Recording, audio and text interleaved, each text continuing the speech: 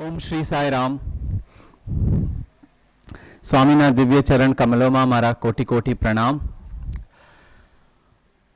रविवारे बपोरे सरस मजानु जम्या पछी कोईकने test levy होय तो ए लोकोने 1 कलाकनो टॉक आपवानी जवाबदारी आपी देवी અને અવિનાશભાઈ, હેમંતભાઈ અને આપણા બધા જ વડીલોએ નક્કી કર્યું છે કે શશાંકની આપણે આજે ટેસ્ટ લઈએ, એટલે બપોરનું સેશન જમ્યા પછીનું 1 કલાકનું આપી અને હું તમને લોકોને બધાને એક તો જગાડી રાખી શકું છું કે નહીં એ પહેલી ટેસ્ટ, જગાડી રાખ્યા પછી તમે સમજીને સાંભળીને એને એન્જોય કરી શકો છો કે નહીં, આનંદ માણી શકો છો કે નહીં એ બીજી ટેસ્ટ, અને પછી એ આનંદ માણ્યા પછી એના ઉપર આપણે આગળ શું એક્શન પ્લાન કરીને આગળ વધવું છે એના માટે ડિસિશન્સ લઈ શકીએ છીએ કે નક્કી કરી શકીએ છીએ કે નહીં એ ત્રીજી ટેસ્ટ. એટલે હવે આ 3 ટેસ્ટ આપવા માટે આપણે આ બપોરનો પ્રોગ્રામ શરૂ કરીએ. પહેલા તો ગયા 24 કલાકથી વધારે ઓલમોસ્ટ 36 કલાક માં તમને અહીંયા આગળ સત્યસાઈ સેવા ઓર્ગેનાઇઝેશન અલથાણના પ્રાંગણે જે બધા અનુભવો થયા છે એ વિશે તમે ઘણા બધા સેશન્સ પણ કર્યા, એક્સપિરિયન્સ શેરિંગ કર્યું, બધું જ કર્યું. આપણને બધાને બહુ જ મજા આવી હોય તો એક વખત બધા જ સત્સાઈ ઓર્ગેનાઇઝેશનના યુથ ઓર્ગેનાઇઝર્સ માટે જોરદાર તાળીઓ થઈ જાય. આ એવું છે કે only youth can transform youth. Baba always કહેતા હતા ને એ સત્ય વાત છે કે યુથ જ યુથમાં બદલાવ લાવી શકે છે. એટલે આ પ્રોગ્રામની સક્સેસફુલ થવાનું એક કારણ એ કે આખો પ્રોગ્રામ એન્વિઝાજ એટલે કે એની આખી એક દૃષ્ટિકોણ બનાવીને એ પ્રમાણે આખો એની ગોઠવણી કરીને એને એકચ્યુઅલી જે રીતે કર્યો છે એ બધું યુથે આગળ વધ પડીને કર્યું છે. એટલે ધ સક્સેસ અને એનું જે ઇટ રેઝોનેટ્સ વિથ યુ, તમને બરાબર ગમે કે આ રીતનું હોવું જોઈએ અને આ રીતનું action oriented, experience oriented, hands on program હોય તો કંઈક કરવાની મજા આવે. કારણ કે સેવા કરવી જોઈએ, ગામડામાં જઈને લોકોને સહાયતા કરવી જોઈએ, હોસ્પિટલમાં જઈને દર્દીઓને મદદ કરવી જોઈએ, રક્તદાન કરવું જોઈએ, આ બધી જ વસ્તુ કરવી જોઈએ. પણ એ કરીએ ત્યારે કેવો સંતોષ ને કેવો આનંદ મળે છે ને કઈ રીતે એક સંગઠનમાં ભાગ લઈને કરી શકાય એનો આખો અનુભવ આપવાનો પ્રયત્ન સત્સાઈ સેવા ઓર્ગેનાઇઝેશને આ યુથ પ્રોગ્રામ થ્રુ કરવાનો પ્રયત્ન કર્યો છે. એટલે આપણે હવે youth for nation building A theme ઉપર આજે હું મારા વિચાર રજૂ કરવાનો પ્રયત્ન કરીશ. અને હું શરૂ કરું એક નાની કથા ઉપરથી કે એક જે કથા અમને બાબાએ કીધેલી. હું ત્યાં આગળ પુટ્ટપર્તીમાં MBA, MPhil, PhD ને પોસ્ટડોક એમ કરીને 12 વર્ષ ભણ્યો છું Shri Sathya Sai institute of higher લર્નિંગમાં. જે વિશે મેં ગઈકાલે તમને કીધેલું કે NAAC એમને અમારી યુનિવર્સિટીને A++ એક્રેડિટેશન આપ્યું છે. તો એક વખત સ્વામી અમને સંબોધિત કરી રહ્યા હતા ત્યારે એમને કીધું કે આપણે કોઈને પણ કાગળ લખતા હોઈએ તો એમાં ટુ એડ્રેસ લખ્યો હોય તો જેનું નામ લખ્યું હોય એને કાગળ જાય. ટુ એડ્રેસ લખવાનું ભૂલી ગયા હોય તો જેને પાસેથી કાગળ લખાઈને આવ્યો હોય કાગળ એને જાય. હવે ટુ એડ્રેસે ના લખ્યો હોય, ફ્રોમ એડ્રેસે ના લખ્યો હોય તે કાગળોનું શું થાય? સ્વામીએ પૂછ્યું. તો હવે આજના જમાનામાં તો કોઈ કાગળ લખતું જ નથી. હજી હું નાનો હતો ત્યારે મને હજી પોસ્ટકાર્ડ ને ઇનલેન્ડ લેટર્સ ને બધા લખવાની હેબિટ હતી. અમારા સ્કૂલમાં રૂરલ એક્સચેન્જ પ્રોગ્રામ હતો એટલે અમે ગામડામાં ગયેલા સ્કૂલેથી ત્યારે ત્યાંના છોકરાઓ સાથે પછી અમે અમારા એક્સપિરિયન્સીસ એકબીજાને ઇનલેન્ડ લેટર પર લખતા હતા. એટલે મને હજી એ એક્સપિરિયન્સ છે. પણ આજના જમાનાના છોકરાઓને કાગળ લખવાનો એક્સપિરિયન્સ બહુ જ ઓછો. અને ઈમેલમાં એવું હોય કે ફ્રોમ એડ્રેસ ને ટ્રુ એડ્રેસ તો ઓટોમેટિકલી આવી જ જાય, નહીતર ઈમેલ જાય જ નહીં, એરર આવે. એટલે કોઈ આન્સર આપ્યો નહીં, જવાબ આપ્યો નહીં. પણ સ્વામીએ જાતે કીધું કે જે કાગળનો ફ્રોમ એડ્રેસ ના હોય, ટુ એડ્રેસ ના હોય, એ બધા કાગળ જાય ડેડ લેટર બોક્સમાં. ડેડ લેટર બોક્સ એવી વ્યવસ્થા છે પોસ્ટલ સિસ્ટમની કે આવા કાગળો બધા ત્યાં ભેગા થાય. પછી સ્વામીએ બધા વિદ્યાર્થીઓ સામે જોઈને કીધું તમે બધા જ વિદ્યાર્થીઓ છો એ ડેડ લેટર બોક્સના કાગળો જેવા છો. એટલે બધા વિદ્યાર્થીઓ એકબીજા સામે જોવા લાગ્યા અને સ્વામી સામે પણ એક પ્રશ્નચિહ્ન મોઢા પર હોય એવી રીતે જોવા લાગ્યા કે અમે બધા ડેડ લેટર બોક્સના એન્વેલોપ જેવા કેવી રીતે છીએ. પછી સ્વામીએ કીધું તમારે બધાના જીવનના એન્વલોપ ઉપર ન ફ્રોમ એડ્રેસ છે ન ટુ એડ્રેસ છે. તમે ક્યાંથી આવ્યા છો એ તમને ખબર નથી, તમે ક્યાં જઈ રહ્યા છો એ તમને ખબર નથી. તમારે જીવનમાં જો કોઈક દિશા મેળવીને આગળ જવું હોય તો તમારે પહેલા એ સમજવાની જરૂર છે કે તમે ક્યાંથી આવ્યા છો, અને તમારે જીવનમાં કંઈ પામવું હોય તો તમારે ક્યાં જઈ રહ્યા છો એ દિશાનું, એ એડ્રેસનું ડિસિઝન યાત્રા શરૂ કરવા પહેલાં જ નક્કી કરવું પડે. હવે અહીંયાથી જે લોકોને ભાવનગર, જામનગર, રાજકોટ, અમદાવાદ, વડોદરા, મહેસાણા જે બાજુ જવાનું હોય એ ક્યાં જવાના છે એ નક્કી ન કરો અને તમે યાત્રા શરૂ કરો તો તમે મધ્યપ્રદેશના બોર્ડર સુધી પણ પહોંચી જાઓ, રાજસ્થાનના બોર્ડર સુધી પણ પહોંચી જાઓ અને મહારાષ્ટ્રના બોર્ડર સુધી પણ પહોંચી જાઓ. એટલે આપણે જે યાત્રા 2 કલાકમાં તય કરી શકીએ એ યાત્રા પતાવતા 15 કલાકે થાય. એ જ રીતે જીવનની યાત્રાની એક દિશા નક્કી થાય કે મારે આ કરવું છે તો આપણી જીવનની યાત્રા એકદમ જ પાટા ઉપર આગળ વધી શકે. અને youth is the age when the decisions of life can be taken and can be stuck to with all sincerity. મેં ગઈકાલે અબ્દુલ કલામનું એક્ઝામ્પલ આપ્યું, મહાત્મા ગાંધીનું એક્ઝામ્પલ આપ્યું, સ્વામી વિવેકાનંદનું એક્ઝામ્પલ આપ્યું. આજે પણ હું ઘણા બધા તમને એક્ઝામ્પલ આપવાનો છું કે આ બધા જ આપણા જેવા યુથ હતા. એ લોકો જીવનમાં મહાન એટલે થયા કારણ કે એ લોકોના યુથના બહુ મૂલ્યવાન વર્ષોમાં શું મારે મોટા થઈને આગળ વધીને કરવું છે એ નક્કી કર્યું, વડીલો પાસેથી સલાહ લીધી. હવે હાલનું જે મેં વાંચ્યું છે છાપા એમાંથી જણાવો કે જે આપણા વડાપ્રધાન છે નરેન્દ્ર મોદી, એમને એમના યુથમાં સંન્યાસ લેવાનું મન થયેલું કારણ કે એમને ઘણી જ સંસાર પ્રતિ ઈચ્છાઓ પતી ગયેલી, મારે નથી સંસારમાં રહેવું, એટલે રામકૃષ્ણ મિશનમાં જઈને સંન્યાસ લેવા તૈયાર પણ થઈ ગયેલા. એમને ત્યાં 1-2 વર્ષ વિતાવેલા, એની પહેલા હિમાલય પણ 2-3 વર્ષ રહીને આવેલા. પણ ત્યાં એ સ્વામીજીએ કીધું એમને, અને આ છાપામાં ઘણા ડિટેલમાં આર્ટિકલ આવેલો કે તારું કામ સંન્યાસ લેવાનું નથી, તારું કામ સમાજ સેવા કરવાનું છે. એટલે જે ઈશ્વર તરફ જવાનો તારે માર્ગ સંન્યાસના માર્ગથી આગળ વધવો છે, એ જ માર્ગ લોક કલ્યાણ અને લોક સેવાના માર્ગથી તો આગળ વધી શકશે. એટલે તમે તમારા જીવનના યુથફુલ યર્સમાં આ ડિસિશન્સ લો કે મારે કઈ દિશામાં આગળ વધવું છે, તો એ તમારું આખું જીવન એ દિશા અને એ ડિસિશન તમને આગળ વધવાનું પ્રોત્સાહન આપતું રહેશે. આપણે ત્યાં એક બહુ જ ફેમસ કથા છે, મસ્ક ડિયર. મસ્ક ડિયરને ગુજરાતીમાં શું કહેવાય? જેના કસ્તુરી મૃગ. શિલ્પાબેને જવાબ આપી દીધો. કસ્તુરી મૃગની કથા છે. કસ્તુરી મૃગ ના શરીરમાંથી સતત કસ્તુરીની સુગંધ આવે રાખે, પણ એને લાગે કે એ સુગંધ બહારથી આવી રહી છે, એટલે આખા જંગલમાં ફરતો રહે અને દોડતો રહે કે આ સુગંધ ક્યાંથી આવે છે, ક્યાંથી આવી છે શોધ્યા કરે. પણ એને ખબર જ ના પડે કે આ સુગંધ તો મારા પોતાના ઉદરમાંથી આવી રહી છે કારણ કે હું કસ્તુરી મૃગ છું. આપણી બધાની જ પોઝિશન કસ્તુરી મૃગ જેવી છે. આપણી અંદર બધી જ કેપેબિલિટીઝ, બધી જ શક્તિઓ, બધી જ ટેલેન્ટ્સ અને બધી જ રિસોર્સિસ આપણી અંદર આપણી પાસે છે, પણ આપણે ઓલવેઝ હંમેશા બહાર જ એ બધી વસ્તુઓ માટે શોધકામ કરવાનો પ્રયત્ન આખું જીવન કર્યા કરતા હોઈએ છીએ. મેં તમને ગઈકાલે પરમહંસ યોગાનંદાની એક યોગીની આત્મકથા વાંચવાનું કીધેલું, એ તમે વાંચશો તો એ વસ્તુ સમજ તમને પડશે. એ by the way it's a best seller. અને એ યોગીની આત્મકથા મારી મમ્મી જ્યારે કોલેજમાં હતી ત્યારે વાંચેલી અને હું કોલેજમાં હતો ત્યારે વાંચેલા. આજે 50 વર્ષથી એ ચોપડી બેસ્ટ સેલર છે અને તમારા ને મારા જેવા અસંખ્ય યુથને ઇન્સ્પિરેશન આપ્યું છે. એ ચોપડીનું કામ એક જ બતાડવા માટે કે માનસ માત્રમાં કેટલું બધું આધ્યાત્મિક અને જાગતિક પોટેન્શિયલ છે. અને જે બધી વસ્તુ આપણે પુરાણોમાં વાંચીએ છીએ કે આવું થયેલું ને આપણને દંતકથા જેવું લાગે, એ વસ્તુ પણ કરવી કરાવવાની ક્ષમતા આપણા અંદર છે.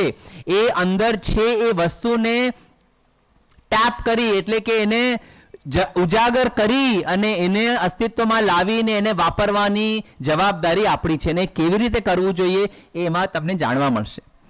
બીજી બે ચોપડી ખાસ હું તમને વાંચવા માટે કહું. એક many lives many masters by Brian Weiss.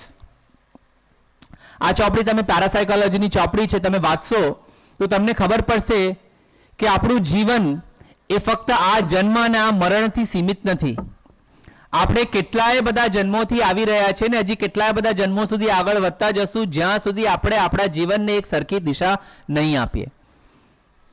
આ પેરાસાયકોલોજી experiments through doctor Brian vice આખી તમને એમના પોતાના એક્સપિરિયન્સ થ્રુ આ આખી એમને ચોપડી લખી છે. પછી બીજી બધી જ લખી છે પણ એમની પહેલી ચોપડી હતી.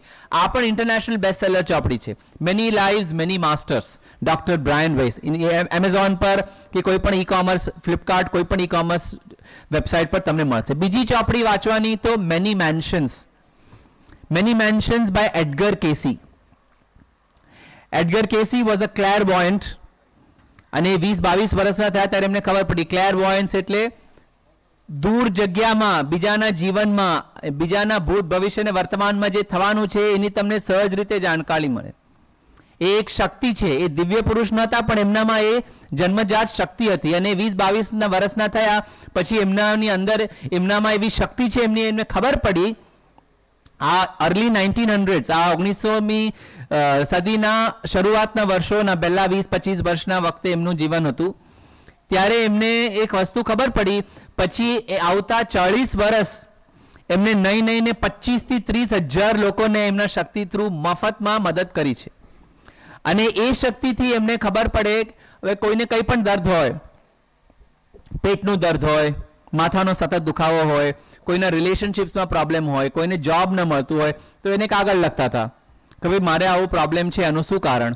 એમની એવી શક્તિ હતી કે એમને મળ્યા ના હોય, એમને જોયા ના હોય પણ એ કાગળમાં એમનું નામ અને એમનું ક્યાં છે એ જાણકારી મળે તો એમનું આખું ભૂત અને એમનું વર્તમાન અને ભૂત એમના એ શક્તિ એમના સમજમાં આવી જતું હતું.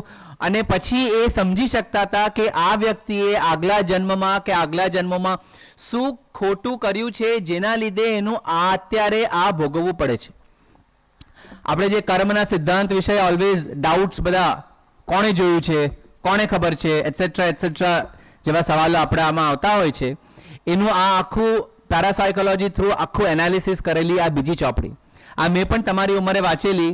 એટલે મને પછી આધ્યાત્મિકતા અને લોકકલ્યાણના બીજા બધી વસ્તુઓમાં ઘણું જ બધું આના લીધે જાણવા મળ્યું. એટલે તમે બીજી કોઈ ચોપડી વાંચો કે ન વાંચો, આ બે ચોપડી ખાસ વાંચજો.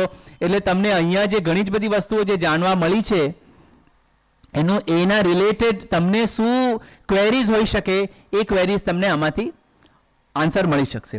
બીજું બાબાના મેસેજ વિશે તમારે કોઈ પણ ચોપડીઓ વાંચવી હોય તો અહીંયા આખો મારો બુકશોપ છે.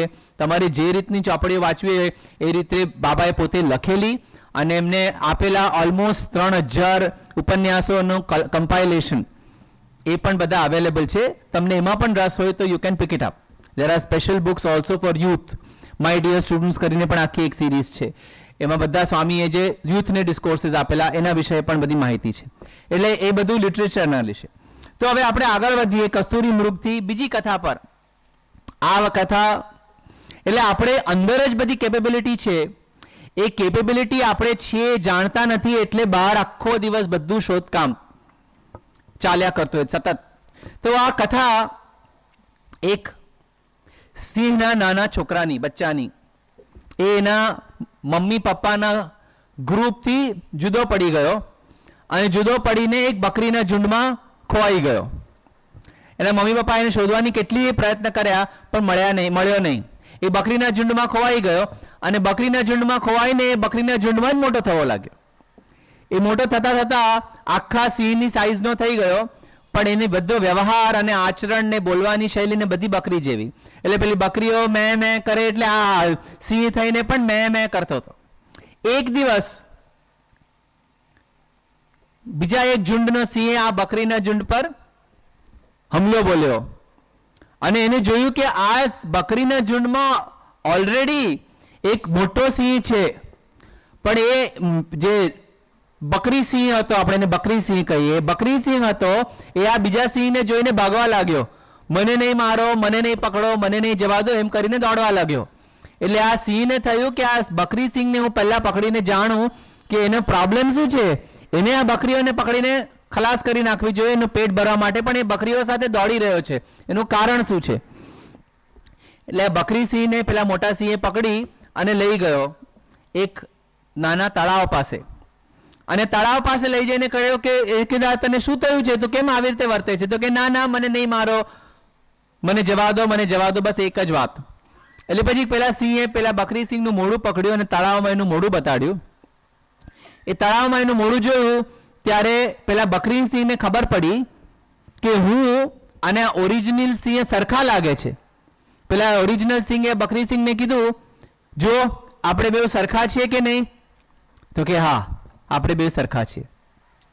પછી આ ઓરિજિનલ સિંહ હતો એને જોરથી દહાડ મારી.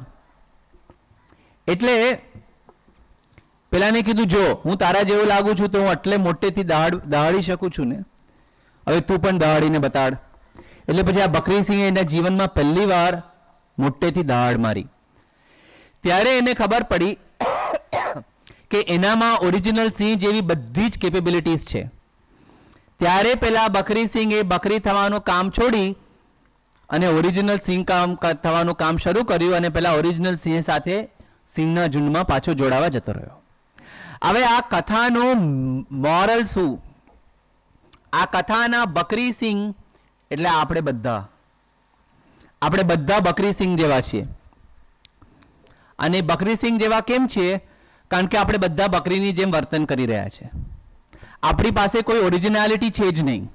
આપણે જે બીજા બધા કરે એમ કરે રાખવાનું, જે બીજા બધા બોલે એમ બોલે રાખવાનું, જે બીજા બધા જોયે એમ જોયે રાખવાનું, જે બીજા બધા વિચારે એમ વિચારે રાખવાનું, અને જે બીજા બધા કહે સાંભળે રાખવાનું.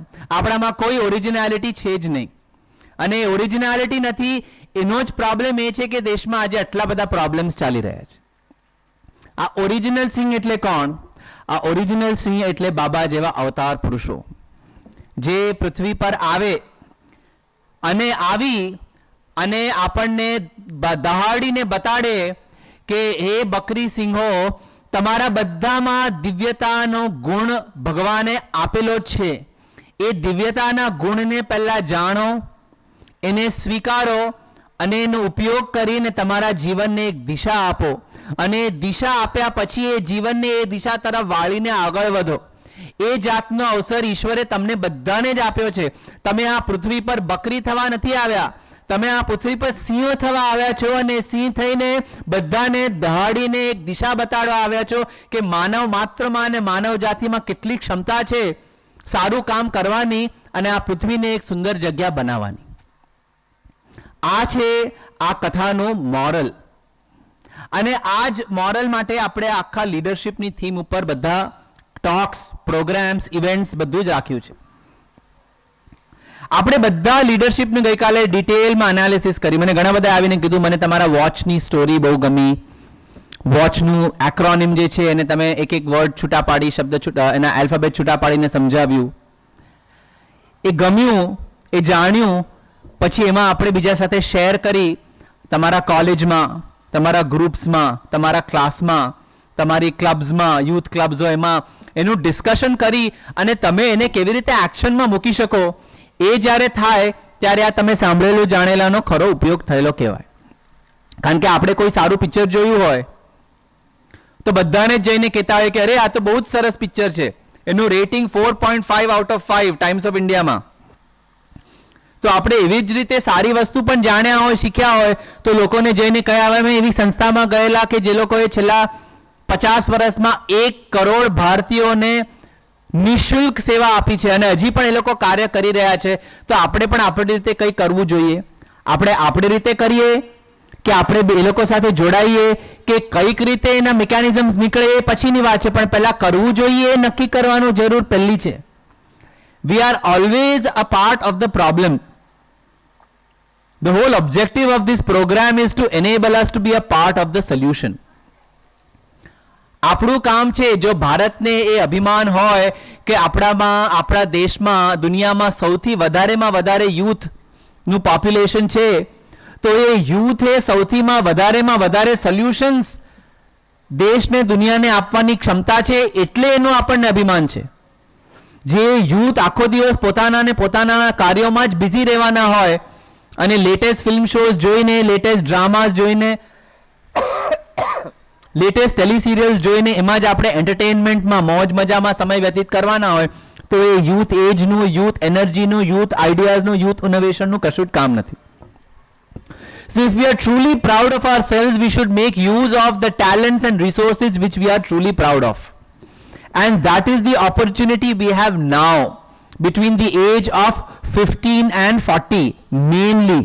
અને સૌથી વધારે અત્યારે જ્યારે તમે સિંગલ છો, તમારા ફ્લેક્સી ટાઈમ છે કોલેજમાં, તમને ઘણા જ બધા વિચારો અને આઈડિયાઝ આવે દેશનું, દુનિયાનું, સમાજનું ભલું કરવા માટે. એ વખતે જ્યારે સારા આઈડિયાઝ આવે ત્યારે અમલ મૂકવાનો ટાઈમ અત્યારે. આગળ જતા જીવનમાં તમે વધારે ને વધારે બિઝી જ થવાના. સ્વામી ઓલવેઝ કહેતા હતા, માણસ એકલો હોય ત્યારે 2 પગ હોય, લગ્ન થાય ત્યારે 4 પગ, પહેલું છોકરું આવે ત્યારે 6, બીજું આવે ત્યારે 8, અને જેટલા વધારે પગ એટલી ઓછી સ્પીડ. એટલે તમારા કાર્ય કરવાની સ્પીડ એટલી ઓછી થઈ જાય કારણ કે તમારી જવાબદારી વધતી જાય. એટલે જ્યારે જવાબદારી ઓછી હોય ત્યારે તમે વધારે મોટા સારા કામ હાથમાં લઈ શકો તો તમારા કાર્યોમાં એટલું વધારે તમને સક્સેસ પણ મળી શકે. એટલે આપણે લીડરશિપ પર સમજીએ. પણ એ પ્રોબ્લેમ શું છે? એ પ્રોબ્લેમ આ છે, અને હું બીજી કથા કહીને સંભળાવું તમને. એ કથા છે એક ગણેશ મંદિરની. એક ગણેશ મંદિરમાં મોટી ગણપતિની પ્રતિમા હતી. તો આપણે ત્યાં શું છે, જે મૂર્તિ પૂજક સંપ્રદાય હોય, એટલે કે જે મૂર્તિની પૂજાઓ કરે, એમાં એવી પ્રથા છે કે જેટલા એ પ્રતિમાના અંગોને આપણે અડીએ એટલું આપણને વધારે પુણ્ય મળે, એટલું વધારે લાભ મળે. એટલે ગણપતિ હોય તેમના પગને, એમના હાથને, એમના કાનને, એમના ગાલને, એમની સૂંઢને, એમના પેટને બધું જ અડી કાઢીએ. આ ભાઈને હજી નવી આઈડિયા આવી, હું ગણપતિના નાભીમાં હાથ નાખું અને નાભીમાં હાથ નાખીને પણ હું આશીર્વાદ લઈ લઉં. તો એને નાભીમાં, ગણપતિના નાભીમાં હાથ નાખ્યો અને ત્યાં ગણપતિના નાભીમાં એક બહુ જ સુંદર વીછી બેઠેલો હતો. એટલે જેવો એને ગણપતિના નાભીમાં હાથ નાખ્યો, પેલા વીછી એકદમ સરસ એને ડંખ માર્યો. અને ડંખ માર્યા પછી આપણનું રિએક્શન શું આવે? સહજ રિએક્શન, આપણે ચીસ પાડીએ, રાઈટ? પણ એની પાછળ લાંબી લાઈન લાગેલી અને એની પાછળના ઊભાવાળા બધા લોકો એને જોતા હતા કે અરે આ તો એકદમ કોઈ ભગત માણસ લાગે છે, ગણપતિના બધા જ અંગોને આટલા પ્રેમથી વંદન કરે છે, એટલે આ તો સાચે કોઈ એકદમ આધ્યાત્મિકતામાં આગળ વધેલો વ્યક્તિ છે. એટલે એ લોકોની સામે આની બેઇજ્જતી થઈ જાય. એટલે એને ચીસ તો પાડી, પણ એ શબ્દો બદલી કાઢ્યા, અરે ગણપતિના નાભીમાં તો અનંત આનંદ છે કરીને એને ચીસ પાડી. એટલે પાછળ ઊભા બધા લાઈન વાળા લાગે કે અરે વાહ, આ ભાઈએ તો કંઈક નવું શોધી કાઢ્યું, અમે કોઈ દિવસ ગણપતિની નાભીમાં આંગળી નાખી જ નહોતી, હવે અમે ગણપતિની નાભીમાં આંગળી નાખીને અમે પણ આ ભાઈ જેવો આનંદ મેળવશું. એટલે પાછળ બેઠા બધા જ લોકો ગણપતિની નાભીમાં આંગળી નાખવા લાગ્યા. હવે જે ગણપતિની નાભીમાં આંગળી નાખે બધાને ખબર પડે કે અરે હું તો મૂર્ખ બની ગયો, કારણ કે બધાને જ પેલા વીછીએ સરસ ડંખ મારે રાખે, પણ બધાને જ લાગે કે મારે બીજાને બતાડવું નથી કે હું મૂર્ખ બનેલો છું. એટલે બધા જ આ કરતા બૂમા પાડતા ગણપતિની બાજુમાંથી નીકળવા લાગ્યા. જ્યારે એક નાનો છોકરો આવ્યો અને એને ડંખ માર્યું ત્યારે એમ થયું, અરે મમ્મી અહીંયા તો કઈ આનંદ નથી, અહીંયા તો કંઈક મને કરડ્યું છે. ત્યારે the cat is out of the bag, કે અંદર શું પ્રોબ્લેમ છે. એટલે આ સ્ટોરીનું મોરલ શું? આ story is exactly like all of us, આપણા બધા જેવી, અને ખાસ કરીને આપણા આગલા જનરેશન જેવી, કે આપણા સંસારમાં, આપણા જાગતિક જીવનમાં, આપણા સોસાયટીમાં આપણે ભણીને આગળ વધ્યા પછી કેટલા બધા ચેલેન્જીસ આવે છે, અને એ ચેલેન્જીસમાં આપણે કઈ રીતે આગળ ઉત્તીર્ણ થઈને સક્સેસ મેળવવી જોઈએ, રિસ્પોન્સિબિલિટી સાથે, ધાર્મિક જીવન સાથે, સમાજના કલ્યાણના પ્રાયોરિટીઝ રાખ્યા સાથે, એ સમજાવવાના બદલે જીવનમાં મજા કેવી રીતે કરવી જોઈએ એ જ સમજાવવામાં આવે છે. અને આપણા જીવનમાં એ મજાનો એક આર્ટિફિશિયલ પિક્ચર બનાવીને આપણે જીવનના મજાને કોન્સ્ટન્ટલી સતત શોધવાનો પ્રયત્ન કરી રહ્યા છે, પણ એ મજા આપણને ક્યાંય મળતી નથી. આપણે સ્કૂલમાં હોઈએ ત્યારે લાગે કે કોલેજમાં મજા મળશે, કોલેજમાં આવીએ ત્યારે લાગે કે ઓ મને જોબ મળશે ને મારા પોતાના પૈસા થવા લાગશે ત્યારે મજા આવશે. પણ જોબ મળે ત્યારે ખબર પડે કે અહીંયા તો 12-14 કલાકની મારે રોજ ચટણી પીસાય છે મારી. પેલો બોસ તાકીને જ બેઠો હોય છે કે આની બાથરૂમમાં પણ જાય તો એનું પકડી પાડો કે ભાઈ તું કેમ ઊભો થયો તારી જગ્યાએ. જોબમાંથી પછી એમ થાય કે હું લગ્ન કરીશ એટલે મારે જરા આનંદ મળશે. લગ્ન કરે તો પહેલા લગ્ન માટે એક બહુ સરસ સ્ટોરી છે, તમને હું કહું. નવા લગ્ન થયા હોય ત્યારે હસબન્ડ એન્ડ વાઈફ સાથે ચાલતા હોય અને આગળ કંઈક મોટો ખાડો હોય તો પેલી વાઈફ જતી હોય, પેલી પત્ની એ બાજુથી જતી હોય તો પેલો પતિ એકદમ જ એને હાથ પકડી લે, અરે ક્યાં જાય છે તું, ત્યાં ખાડો છે, જરા જોજે તું પડી જશે તો મારું શું થશે. લગ્નના 2-3 વર્ષ પછી બે જણા સેમ પાછા જતા હોય રસ્તા પર ને ત્યાં ખાડો હોય તો પેલા હસબન્ડ પેલા વાઈફને કહે ત્યાં ખાડો છે જોજે વાગી જશે, પછી પડશે તો મને પ્રોબ્લેમ થશે. અને લગ્નના 10-15 વર્ષ પછી પેલી વાઈફ સમજી ગઈ હોય કે અહીંયા ખાડો છે એટલે મારે નહીં જવું જોઈએ, તો પેલા હસબન્ડ કે અરે આમ નહીં, ખાડો પેલી બાજુ છે, જરા ત્યાં જા ને. This is the story of marriage. Because આપણે ત્યાં ફેમિલિયારિટી બ્રીડ્સ કન્ટેમ્પ્ટ.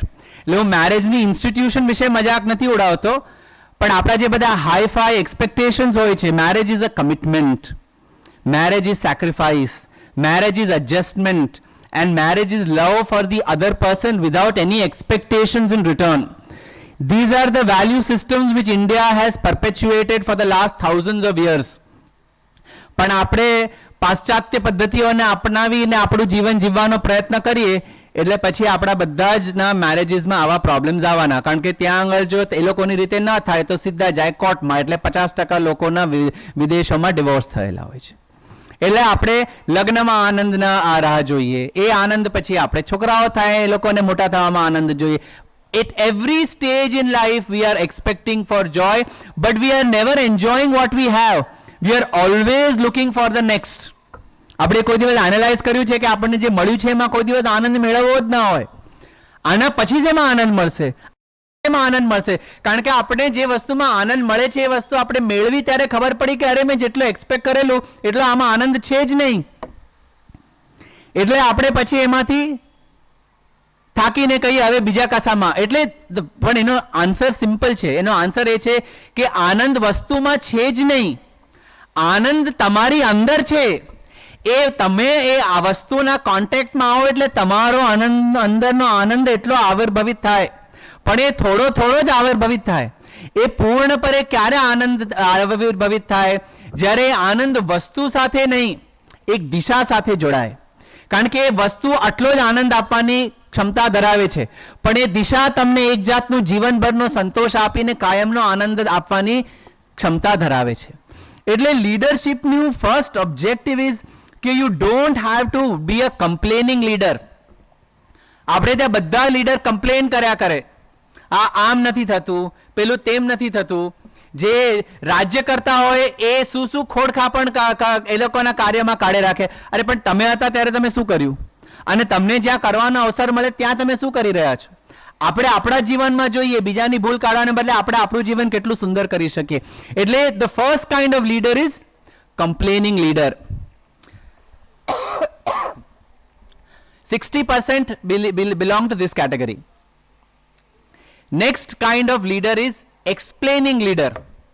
બીજાને એક્સપ્લેન કરે કે કઈ રીતે કરવું જોઈએ, આનું આમ કરવું જોઈએ, તેનું તેમ કરવું જોઈએ. અરે પણ તમે કરીને બતાડો ને તો અમને ખબર પડે કેવી રીતે ચાલવું જોઈએ. એના પર આખી પુસ્તક લખી કાઢી, પણ જ્યાં સુધી ચાલીને ન બતાડો ત્યાં સુધી કેવી રીતે ખબર પડે કે કેવી રીતે ચાલવાનું?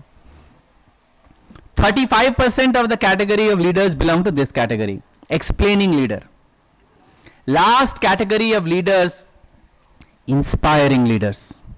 Only 5% of people are inspiring, because they talk what they do and they do what they talk. And the objective of this youth festival is કે આપણે બધા જ આ પ્રાંગણમાંથી બહાર નીકળીએ તો ઇન્સ્પાયરિંગ લીડર્સ થશું.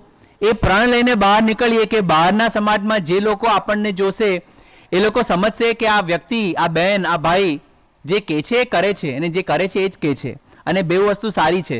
ચોર જેવું કામ નહીં કે હું ચોરી કરું છું ને ચોરી કરવામાં આનંદ માણું છું. એ ઊંધી જાતનું જે બોલે છે એ કરે છે ને કરે છે એ બોલે છે.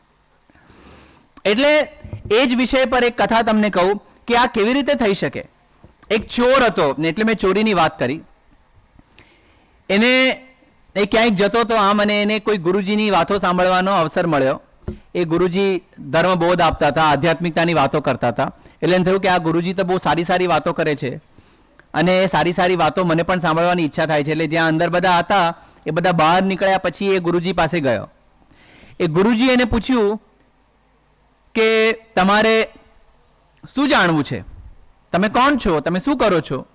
તો આ ચોરે ઓનેસ્ટલી સત્યતાથી કહી દીધું કે ભાઈ હું ચોર છું, હું ચોરી કરું છું, પણ તમારી વાત સાંભળીને મને ઘણો આનંદ થયો, મને જીવનમાં કંઈક ઉતારવાની પ્રેરણા મળી છે, એટલે મારે તમારી પાસે કંઈક વધારે જ્ઞાન મેળવવા આવું છે, તો મારે શું કરવું જોઈએ? તો ગુરુજીએ કીધું કે તમે જીવનમાં કોઈ પણ એક વસ્તુ જે નથી કરતા એ કરવાનું કામ શરૂ કરો, બસ એક જ વસ્તુ. તો એને એનાલાઇઝ કર્યો, હું ચોરી કરું છું, ખોટું છે, પણ ચોરી નહીં કરું તો હું મારું નિર્વાહ કેવી રીતે કરીશ? એટલે ચોરી તો નહીં છૂટે.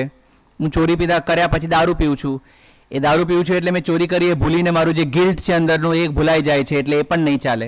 પણ હું જૂઠું બોલતો હોઉં બધાને, કારણ કે હું પકડાઈ જાઉં, પકડાઈ જઈશ તો ચાલશે, કંઈ વાંધો નહીં, એ વસ્તુ હું ટ્રાય કરીશ. એટલે એને ગુરુજીને કીધું કે હું સત્યતાથી વર્તન કરીશ. એ ગુરુજીએ કીધું ભલે કંઈ પણ થાય, જે પણ સંજોગોમાં સત્યતાથી વર્તન કરવાનું. એ ચોર નેક્સ્ટ દિવસ એક રાજ્યમાં ચોરી કરવા ગયો. એને ચોરી કરવા ગયો ત્યારે એને જોયું કે બીજો એક ચોર છે ઓલરેડી ત્યાં આગળ. એટલે એ ખજાનામાં 3 બહુ મૂલ્યવાન મણીઓ હતા. એટલે એ લોકોએ 2 જણાએ નક્કી કર્યું કે 3 છે, તમે એક લો, હું એક લઈશ. અતિ લોભ સારો નથી, એક એક મણી લઈએ તો આપણા 4, 5, 6, 10 મહિનાની બધો નિર્વાહ થઈ જશે. એ બધું વેરી ગુડ, નક્કી. એક એક મણી લઈને બેઉ ગાયબ થઈ ગયા. નેક્સ્ટ દિવસે રાજ્યમાં હો થઈ ગઈ, ત્યાંના મોટા શેઠના તિજોરીમાંથી મણીઓ ચોરાઈ ગયા. એટલે પેલા રાજાએ મંત્રીને બોલાવ્યો કે તમે શોધ કરો. મંત્રી ગયો, બધે શોધ કરી, પાછા આવ્યા કે નથી મળતા. પછી પેલા રાજાએ કીધું કે ના, આ ગામમાં આ જગ્યાએ આ એક ભાઈ આવા લાગતા હશે, એને પકડીને લાવો, મને લાગે છે કે એ ચોર છે. એટલે એ ભાઈ આવ્યા અને પેલા રાજાએ પેલા મંત્રીને ઓલરેડી કીધેલું કે તમે જઈને જોયા હો ત્યાં આગળ કેટલા મણી ચોરાયા છે. તો મંત્રી ત્યાં ગયો અને જોયેલું કે એક મણી છે, 2 જ ચોરાયા છે. તો ને એક મણી પોતાના ગજવામાં મૂકી દીધો કે કોને ખબર પડવાની છે. અને પેલા ચોરને પકડીને અહીંયા લઈ આવ્યો. પેલો ચોર જેવો રાજાના દરબારમાં આવ્યો, એને રાજાને જોઈને કીધું, અરે તું તો ગઈકાલે મારી સાથે હતો તે ચોરી કરવામાં, તું રાજા કેવી રીતે થઈ ગયો? થયેલું એવી રીતે કે રાજા પણ ચોરનો ભેસ લઈને ચોરી કરવા નીકળેલા કે જોવા માટે કે મારા રાજ્યમાં કેટલી સિક્યોરિટી છે. એટલે ત્યાં એ ચોરને ત્યાં મળેલા. પછી રાજાએ કીધું હા હું એ જ હતો. અને મંત્રીને કીધું તમે કીધેલું કે મણી એકે રહ્યા જ નથી, આને એક મણી લીધો, બીજો મણી મેં લીધેલો, ત્રીજો મણી ગયો ક્યાં? એની એનાલિસિસ કરવા માટે મેં તમને મોકલેલો, તમે જ ત્રીજો મણી ચોર્યો છે. એ મંત્રીને એમને ઇન્સ્પેક્શન કર્યું, એના ગજવામાંથી એ મણી મળ્યો. પેલા ચોરને રાજાએ સજા તો આપી નહીં, પણ એને ઇનામ આપ્યું કે તે સત્યતાથી ચોરી કરી, પણ સત્યતાથી કીધું પણ કે મેં ચોરી કરી છે. ચોરી કરી એ પણ એક જ મણીની કીધી, ત્યાં અતિલોભ ન કર્યો અને તું સાચું બોલ્યો, એટલે તું સત્યતાવાળો માણસ છે, તને હું મારા રાજ્યનો મંત્રી બનાવું છું. અને પેલો મંત્રી જે છે એ મંત્રીને જેલમાં નાખ્યો કે તને મેં મંત્રીની પદવી પર કામ કરવા માટે બેસાડ્યો, પણ તે ચોરી કરી અને જૂઠું બોલ્યો, તું મંત્રી થવાના લાયક છે જ નહીં. મંત્રી થયા પછી પેલો ચોર પેલા ગુરુ પાસે જાય છે અને કહે છે તમે કીધેલી વાત સાચી નીકળી, મેં જીવનમાં એક જ સારી વસ્તુ કરીને પકડી રાખી, તો હું આજે ચોરનો મંત્રી થઈ ગયો, હવે મારે જીવનમાં કોઈ દિવસ ચોરી કરવાની જરૂર નહીં પડે. એટલે લીડરશિપના ફિલ્ડમાં આપણે એક સારું કામ શરૂ કરીએ તો એ સારું કામ આપણને ક્યાંનું ક્યાં પહોંચાડી દે. અને ત્યાં પહોંચ્યા પછી આપણે કેટલા લોકોને ઇન્સ્પાયર કરી શકીએ, કેટલા લોકોને સારી સલાહ આપી શકીએ અને કેટલા લોકોનું ભલું કરવાના માર્ગ એ લોકોને બતાડી શકીએ. એ જ ઓબ્જેક્ટિવ છે એક ઇન્સ્પાયરિંગ લીડર, પ્રેરણાદાયક લીડર બનવાનું. હવે પ્રેરણાદાયક લીડર કરે શું? ગઈકાલે આપણે ડિસ્કસ કર્યું ઇન ગ્રેટ ડિટેલ કે આ મગજ શું છે. મેં શું કીધું? આ મગજ શું છે? હા, હાર્ડ ડિસ્ક. અને આ હાર્ડ ડિસ્કમાં કેટલી કેપેસિટી છે? Unlimited is a very generic answer. મેં સ્પેસિફિક આન્સર આપેલો. હાથ રેઝ યોર હેન્ડ્સ, બોલો. હા બેસ. ફેસબુકના હાથ એમને રેઝ કર્યો, જવાબ તમે આપો છો, કઈ વાંધો નહીં. ફેસબુકના બધા અકાઉન્ટ્સ ની ડેટાની જેટલી સ્ટોરેજ, બધા બહેનો જવાબ. એટલે ભાઈઓ જાગે છે કે ઊંઘે છે? હાથ ઊંચા કરીને કહો કેટલા ઊંઘે છે, એટલે બધા જાગે છે. એટલે ફેસબુકના આખા કેપેબિલિટી, સ્ટોરેજ કેપેબિલિટી જેટલી કેપેસિટી, અને આ બધી હું દંતકથાઓ નથી કહેતો, એનો નંબર પણ છે, હું આજે નંબર લઈને આવ્યો, 20 ઝેટાબાઇટ્સ, 20 ઝેટાબાઇટ જેટલી સ્ટોરેજ કેપેસિટી આપણા મગજમાં છે. આ ફિગર મેં નથી આપ્યા, પ્રોફેસર કસ્તુરી રંગાને આપ્યો, જે ઇસરોના ફોર્મર ચેરમેન હતા અને સત્યસાઈ યુનિવર્સિટીના કોન્વોકેશનમાં ચીફ ગેસ્ટની એમને કોન્વોકેશન એડ્રેસ આપેલો ત્યારે એમને ફિગર આપ્યો છે. પણ બીજો ફિગર આપ્યો બાબાએ કહેવા માટે કે આપણે જે બીજું હાર્ડવેર છે, જેમાં હાર્ડવેર સ્ટોર કરેલું છે, શેનાથી બનાવેલું છે, અને એને મેં લિસ્ટ બનાવીને આપ્યું, અહીંયા રાખ્યું કે આ શરીરમાં આયન છે ઇક્વિવેલન્ટ ટુ 2 ઇંચ, 2 ઇંચનો લોખંડનો કિલો હોય એટલું આપણા શરીરમાં આયન છે. 6 પેન્સિલમાં જેટલું લેડ હોય એટલું લેડ છે. 5 લક્ષ સોપમાં જેટલું ફેટ હોય એટલું ફેટ આપણા શરીરમાં છે. 1 બકેટ ચૂનાનું પાણી જેટલું ચૂનો આપણા શરીરમાં છે.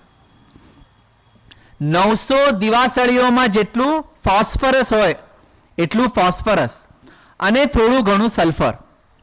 This is the chemical composition with which hour body is made. આપણું શરીર આટલા રાસાયણિક પદાર્થોથી બનાવેલું છે. તો આ બધા રાસાયણિક પદાર્થો તમને આપે તો દુનિયાનો કોઈ પણ સાયન્ટિસ્ટ લેબોરેટરીમાં એનાથી માણસને બનાવી શકે? ના બનાવી શકે. કારણ કે આ બધી વસ્તુઓથી માણસ નથી બનતો. આ બધી વસ્તુઓ તો આપણી પાસે છે, પણ એ વસ્તુને જે ચાર્જ આપી રહ્યો છે એ ચાર્જ છે આપણા અંદરનો આત્મા. અને એ આત્મા બધામાં એબ્સોલ્યુટલી નિસંદેહ સરખો જ છે. એ પછી કાળો માણસ હોય કે ધોળો હોય, એ બ્રાહ્મણ હોય કે વૈશ્ય હોય, એ હિન્દુ હોય કે મુસ્લિમ હોય, એ અમેરિકન હોય કે ઓસ્ટ્રેલિયન હોય, આત્મા બધામાં સરખું જ છે. એટલે જો તમને કહે કોઈ કે ભારતની સંસ્કૃતિ એકબીજામાં ભેદભાવ કરવાનો સંદેશ આપે છે, તો એ મેસેજ ખોટો છે. કારણ કે સંસ્કૃતિએ ભેદભાવ કરવાનો મેસેજ નથી આપ્યો. આપણે બધાએ ભેદભાવ કરવાનું શરૂ કર્યું છે આપણા સ્વાર્થને પૂરા કરવા માટે. કારણ કે ભારતની આખી સંસ્કૃતિ આત્માના તત્વ પર આધારિત છે. એટલે આ બધા, આ ચૂનાને, આ ફોસ્ફરસને, આ સલ્ફરને, આ લક્ષોપના ફેટને આપણા શરીરમાં જો કોઈક વસ્તુ શક્તિ આપતું હોય તો એ વસ્તુ છે આપણો આત્મા.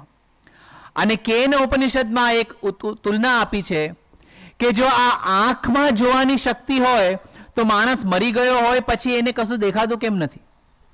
મરી ગયેલા માણસને પણ આંખ તો છે ને. મરી ગયેલા માણસને પણ બધા જ અંગો છે, તો એને દેખાતું કેમ નથી?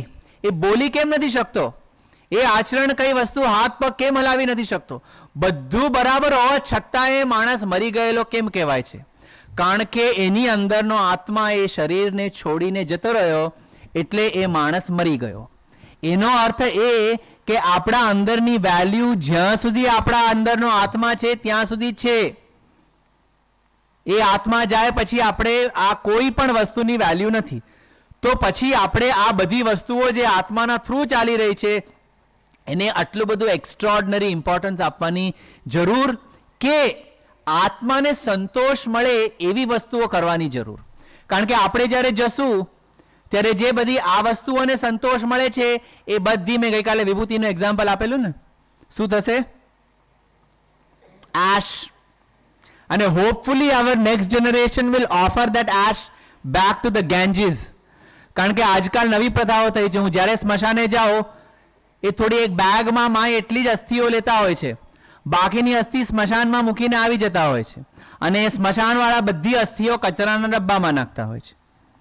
એટલે જે આખી ને આખી અસ્થિઓ લઈને ગંગામાં વિસર્જિત કરવી જોઈએ, કે જે આપણા ધર્મ અનુસાર જે આપણને આદેશ મળ્યો એ કરવું જોઈએ, એના બદલે આપણે નામની અસ્થિઓ જઈને પાસેની જે નદી હોય, ગંગા સુધી જવાના કોઈને ટાઈમ નથી, બાજુની નદી ના હોય તો તળાવ, ભાઈ માણસ ગયો પછી શું કરવાનું, એવા ડાયલોગો મારીને બાજુના તળાવમાં અસ્થિઓ નાખી દેવાની. એ પણ કેટલી? 2 મુઠ્ઠી જેટલી. બાકીની બધી અસ્થિઓ જાય કચરામાં. તો જે વસ્તુ અંતે કચરામાં જઈ રહી છે એને માટે આપણે આખું જીવન મહેનત કરીએ અને જે વસ્તુ આ કચરા જેવી વસ્તુને આટલી શક્તિ આપી રહી છે એને સંતોષ મળે એવી કોઈ પણ વસ્તુ ન કરીએ, then it's an absolute misuse of the opportunity and of these instruments which we have got in order to make this life most meaningful and satisfying. એટલે આપણે ત્યાં આગળ એક બીજી સરસ કથા છે અકબર ને બિરબલની. આ બપોરનો ટાઈમ છે એટલે હું બધું કથાઓથી જ તમને સમજાવું છું.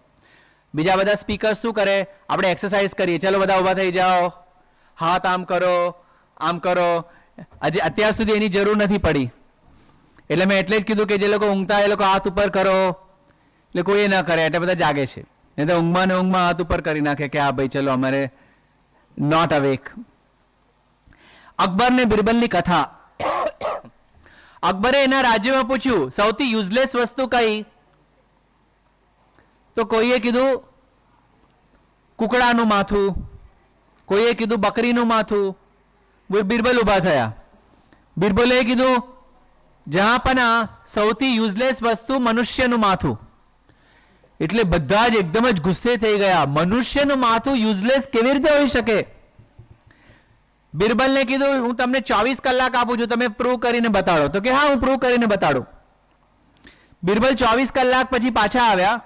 એને કીધું જહાંપના હું એક કુકડાનું, એક ઘેટાનું અને એક મરેલા મનુષ્ય ત્રણેયનું માથું લઈને બજારમાં બેઠેલો. થોડા જ સમયમાં કુકડાનું માથું ખરીદી લઈને લઈ ગયા. એના કલાક પછી ઘેટાનું માથું પણ કોઈક ને કોઈક ખરીદીને લઈ ગયું. હું સાંજ સુધી બજારમાં બેઠો રહ્યો પણ આ મનુષ્યનું બહુ મૂલ્યવાન માથું કોઈ ખરીદવા તૈયાર જ નહોતું. પછી મેં લોકોને કીધું હું તમને થોડા પૈસા આપું છું, તમે આ માથું લઈ જાઓ. તો લોકોએ કીધું તમે થોડા શું, તમે બહુ બધા સોનાના સિક્કા આપો તો આ મનુષ્યનું માથું અમે નહીં લઈ જઈએ. જ્યાં પણ આનાથી મારો પોઈન્ટ પ્રૂવ થાય છે કે મનુષ્યના માથાની કોઈ વેલ્યુ છે જ નહીં. એ માથું જ્યારે ધડ સાથે જ્યાં સુધી જોડાયેલું હોય ત્યાં સુધી જ આ બહુ મૂલ્યવાન માથાની વેલ્યુ છે. જ્યારે આ માથું ધડથી જુદું થઈ જાય ત્યાર પછી આ માથાની કોઈ વેલ્યુ નથી.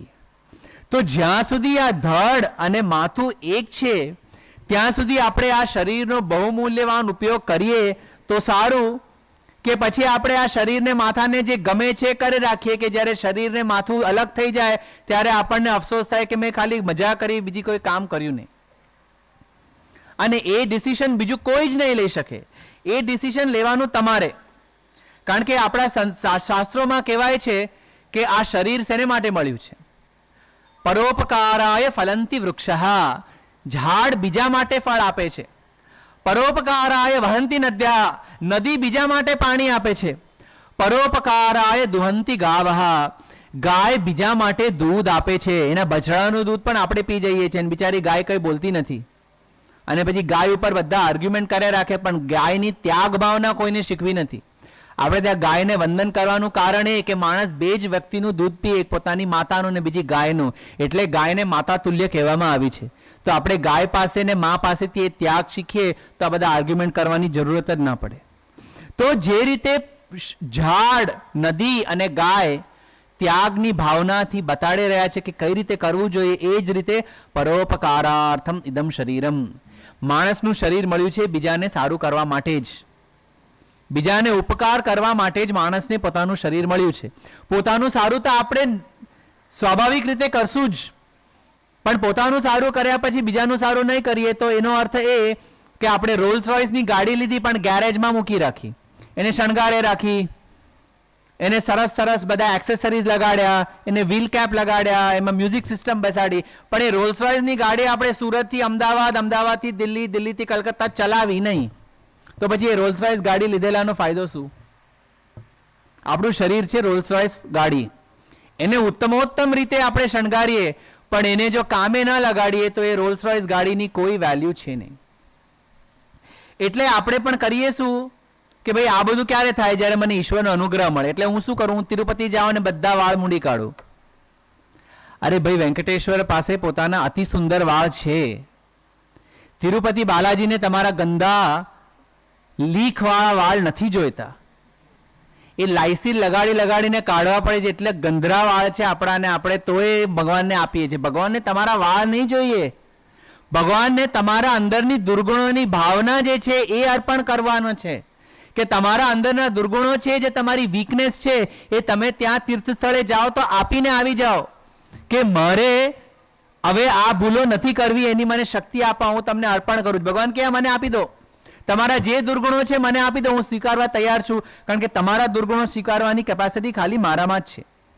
બાબા એક વખતે સ્ટુડન્ટ્સને કીધેલું કે માણસને લાગે છે કે આપણે મંદિરમાં બધા શણગાર કરીએ, અગરબત્તી, ધૂપ, દીપ, નૈવેદ્ય, આરતી, આ બધા બહુમૂલ્યવાન સાડીઓ, ઘરેણા બધા ભગવાનની મૂર્તિને ચડાવીએ, દરગાહ ઉપર મોંઘી મોંઘી શાલો ચડાવીએ, ક્રાઇસ્ટના સ્ટેચ્યુ સામે બહુ જ સરસ કેન્ડલ્સ લગાડીએ, એનાથી ભગવાનને સંતોષ મળે છે. એનાથી ભગવાનને સંતોષ નથી મળતો, એનાથી ઇન્સાનને સંતોષ મળે છે. કારણ કે આ બધી વસ્તુઓ આપણને ખુશી આપે છે, એટલે આપણને થાય છે કે આનાથી ભગવાનને ખુશી મળશે. ભગવાનને ખુશી ખાલી એક જ વસ્તુથી મળે છે. એ વસ્તુ છે કે ભગવાનના સંસારમાં જે બદનસીબ લોકો છે, જે ગરીબ લોકો છે, જે દુઃખી લોકો છે, જે અસૌભાગ્ય એટલે કે દુર્ભાગ્ય લઈને આવ્યા છે, એવા લોકોની સહાયતા કરવાથી જ ભગવાનને આનંદ મળે છે. એટલે તમારે જો ભગવાનને ખુશ કરવા હોય તો એમના બદનસીબ, દુઃખી, ગરીબ અને દુર્ભાગ્યવાળા છોકરાઓ છોકરીઓની સહાયતા કરો, તો એનાથી વધારે પુણ્ય અને પૂજાનું કાર્ય બીજું કોઈ નથી. આ છે ભગવાનને ખુશ કરવાનો રાઈટ રોયલ હાઈવે. આપણે ત્યાં એક બહુ જ સરસ એક્ઝામ્પલ આવ્યું છે. બાબા ઓલવેઝ કહેતા હતા, the proper study of mankind is man. આપણે જો જાણવું હોય કે હ્યુમેનિટીએ, માનવ જાતિએ કેવી રીતે વર્તન કરવું જોઈએ, તો માણસનું શરીર કેવી રીતે વર્તન કરે છે એ જોવું જોઈએ. માણસનું શરીર કેવી રીતે વર્તન કરે છે આપણે જોઈએ તો આપણને ખબર પડે કે હ્યુમેનિટી એટલે કે માનવતાએ કેવી રીતે વર્તન કરવું જોઈએ. માણસનું શરીર કેવી રીતે વર્તન કરે એનું તમને એક ઉદાહરણ આપું. આપણે કોઈ પણ રસ્તા પર ચાલતા હોઈએ ત્યારે શું થાય, આપણા પગમાં કાંટો વાગ્યો, કાંટો વાગ્યા ત્યારે શું થાય, તરત જ આપણો હાથ જાય પગ તરફ, તરત જ હાથ પગમાંથી કાંટો કાઢે. એ પગને દુખાવો થયો છે એનું દુઃખ આંખો વ્યતીત કરે અશ્રુઓ કાઢીને, મોઢું અવાજ કરે કે આ મને વાગ્યું છે.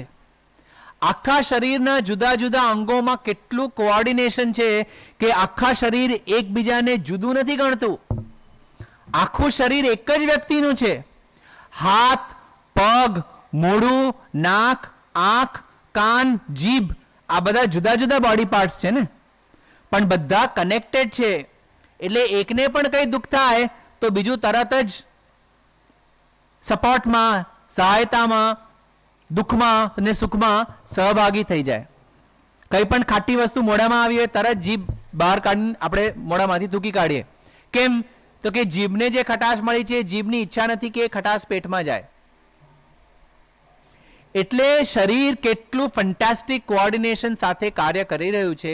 એ જ રીતે જો સમાજ અને સોસાયટી આ ફેન્ટાસ્ટિક કોઓર્ડિનેશન સાથે કામ કરે કે આ જે સમાજ છે એ પ્રકૃતિનું એક અંગ છે, પ્રકૃતિ પરમાત્માનું એક અંગ છે અને વ્યક્તિ સમાજનું એક અંગ છે. આ વ્યક્તિ, આ સમાજ, આ પ્રકૃતિ અને પરમાત્મા એક આખું કન્ટિન્યુઅમનું એક ઇન્ટિગ્રેટેડ કોન્સેપ્ટ, એક ઇન્ટિગ્રેટેડ પર્સનાલિટી છે. એમાં આપણે બધા એક એક એક એક કનેક્ટેડ છે. તો એકબીજાને દુઃખ થાય તો એકબીજાની સહાયતા આપણે જો કરી શકીએ તો એકબીજાને દુઃખ થવાનું અને આ સોસાયટીમાં જે ઇનઇક્વાલિટીઝ છે એ થવાનું કારણ તરત જ દૂર થઈ શકે છે. પણ the problem is that we are not bothered about what happens to the other person. We are only bothered about how can I benefit. ગઈકાલે મેં કીધું એ પ્રમાણે, what is in it for me? બીજા જાય ભાડમાં. કારણ કે મારું તો સાજું થઈ ગયું ને, પણ જો બીજાનું સાજું નહીં થાય તો તમારું સાજું ઘણા વખત સુધી ટકી નહીં શકે.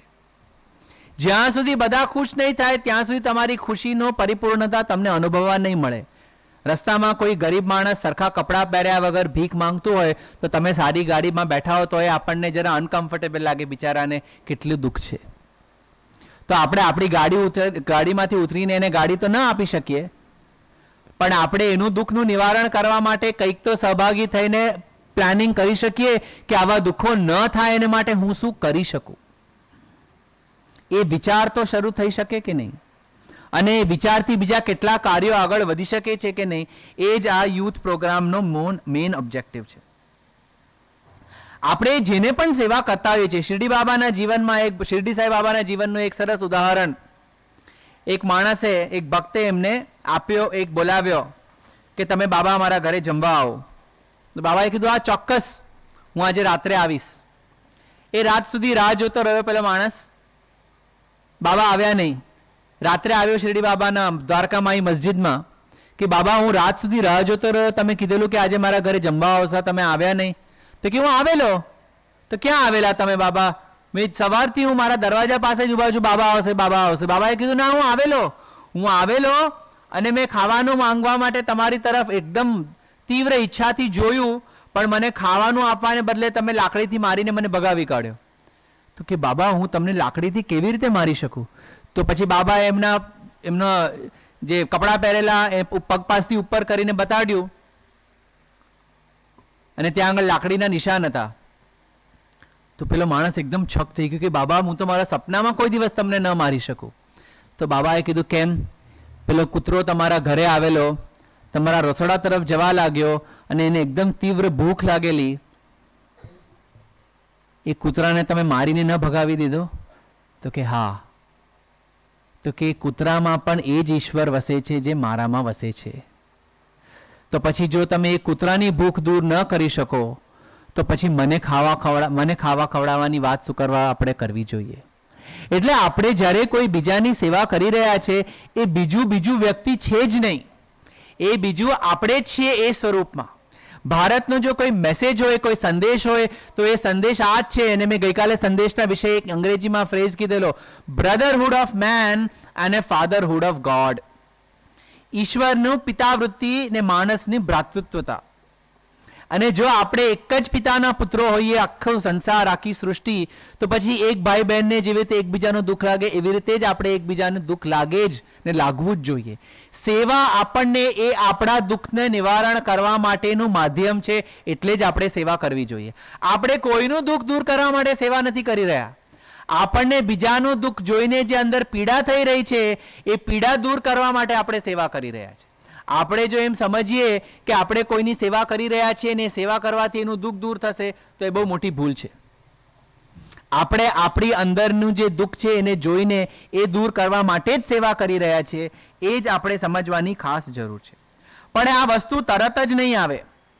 આ વસ્તુ આપણે નાની નાની રીતે શરૂ કરશું તો જ આપણને આ એક જાતની ભાવના આપણા હૃદયમાં જાગશે. આપણે એમ વિચાર કરીએ કે આજે અહીંયા સત્યસાઈ ઓર્ગેનાઇઝેશનમાં આવીને આ બધી સરસ સરસ વાતો સાંભળી, પણ આટલા વર્ષોથી એક જ રીતે જીવતા હોઈએ ને કાલથી એકદમ બદલાઈ જઈએ, તો એવું થવાનું નથી. આપણે એમ કહીએ કે કૂતરાની પૂંછડી વાંકી તે વાંકી, માણસની પ્રવૃત્તિ તો સદૈવ વાંકી. એ બદલાતા તો જન્મો નીકળી જાય, તો પછી કૂતરાને દોષ શું કરવા આપવાનો? પણ આપણે નાની નાની વસ્તુઓ સાંભળીએ અને સાંભળીને આચરણમાં મૂકીએ થોડી રીતે, તો એમાં ઘણો આગળ લાભ મળી શકે. એક બહુ જ સરસ સ્ટોરી છે. એક સિનેમામાં ઘણા વર્ષો પહેલાં ઓમ પ્રકાશ કરીને એક્ટર હતા, કોમેડિયન, એક જોક કહેતા હતા. એ પિક્ચરમાં એક માઇઝર એટલે કે ચિંગુસ માણસની પાત્ર ભજવતા હતા. તો એ ચિંગુસ માણસ એના મિત્રને કહે છે કે તને ખબર છે, એ મિત્ર અને ઓમ પ્રકાશનું કેરેક્ટર, એ બે જણા કેટલા વધારે કોણ ચિંગુસ છે એનું ડિસ્કશન કરે રાખે.